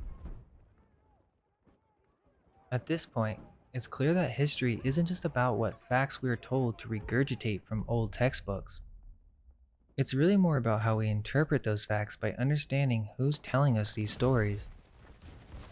This video was inspired by the work of Anatoly Fomenko and David Ewing Jr., who both have far more knowledge on these subjects, but this isn't here to give all the answers. Rather, to make us all think and question what we've always been told about our past. Throughout this video, we've seen some pretty weird things, like Renaissance paintings that show biblical scenes looking like they happened just a few centuries ago, or the strange Arabic script on these holy figures from the Bible. These oddities suggest that maybe the history we're being told is a fiction. For example, the artworks from the Middle Ages that show These us lush and motherfuckers going vibrant crazy, places, bro. representing biblical locations that look nothing like we see in the dry desert where these events supposedly took place. Instead, we see medieval architecture that resembles cities in Europe. And then there's these reset languages, how Hebrew made a sudden comeback in the 19th century, or how Latin seems to have been invented in the last 1,000 years by reversing an early form of Arabic, and how it was conveniently turned into this scholarly language that no one really spoke but somehow dominated all of academia and clerical fields. It's a bit suspicious, isn't it? If anything, it hints that much of what we call ancient history might have been written much later, closer to the Middle Ages. These insights shake up the whole timeline that we take for granted, from when Christ was born to when and how Latin was created. Was Christ really speaking Arabic? There might be more to this story than we realize. Could the language he spoke be lost ancient Celtic Arabic from a forgotten world church or empire? Perhaps what we now refer to as Tartaria. This ancient church might have been a blend of Christianity and Islam, with all modern Abrahamic religions being derivatives, crafted as state religions after a significant historical reset. This would suggest that languages were engineered as psychological operations from this original global language, using techniques like mirroring and rotating to derive our current Romance languages from that ancient source. This could explain the prevalence of Arabic artifacts found throughout Europe, suggesting that Arabic might actually be a European language. If Constantinople is indeed the real Jerusalem, then it would follow that Jesus lived in Europe and spoke Arabic, which challenges our traditional geographical, chronological, and cultural understanding of historical events. We've laid out a lot of things to think about, but this is really just a starting point. The goal is to get people more curious and to think differently about our past. History is far stranger than we're led to believe, and it's not just about learning facts, but about understanding the stories behind those facts. Let's keep the conversation going and keep our minds open to all the possibilities, even the ones that may seem a little out there. Thank you for watching, and all we can hope is that our minds may be unveiled. Holy Let shit. go of everything you think to be true. Relax the mind and ask I the fell down question, there. do I truly Got my ass cooked, man. No Diddy. This game been going on for a while.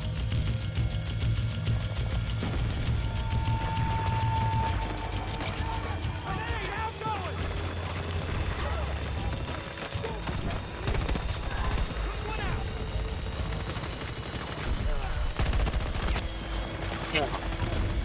He was on the rock.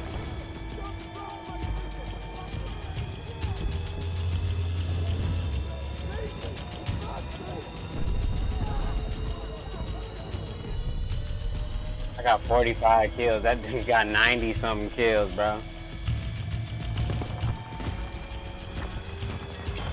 Grenade out.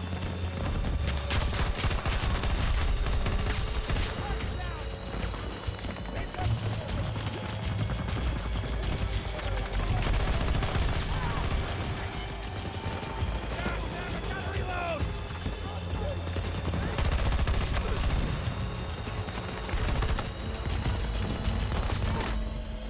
Damn. They tried to get me. Well, they actually got me.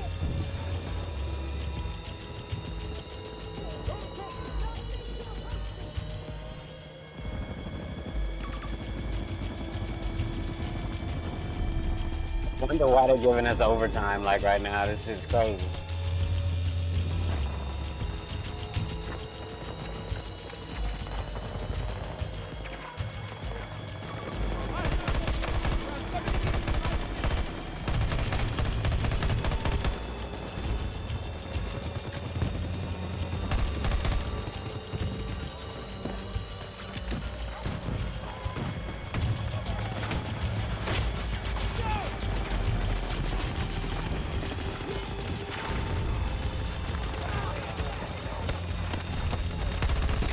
Damn, where did he go?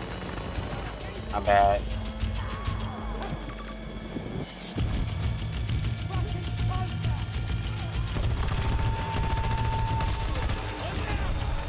Need a second to reload. Grenade for him.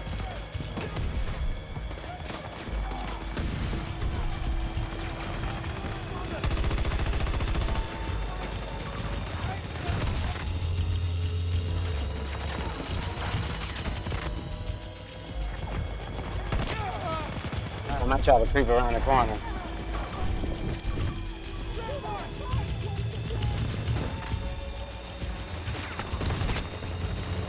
Yeah, it's going down like crazy right now.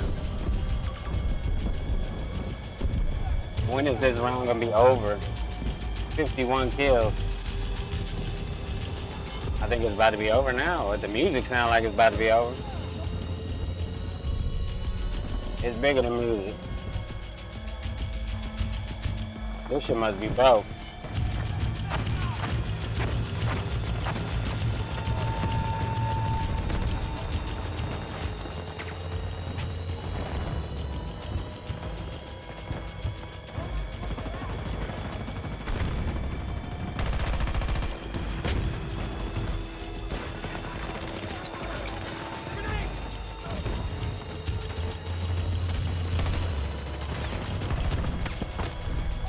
At least I got one before I went. Yeah, man. I don't know what's up with this shit, but I'ma holler at y'all later, man. I got some other shit I gotta do. Peace.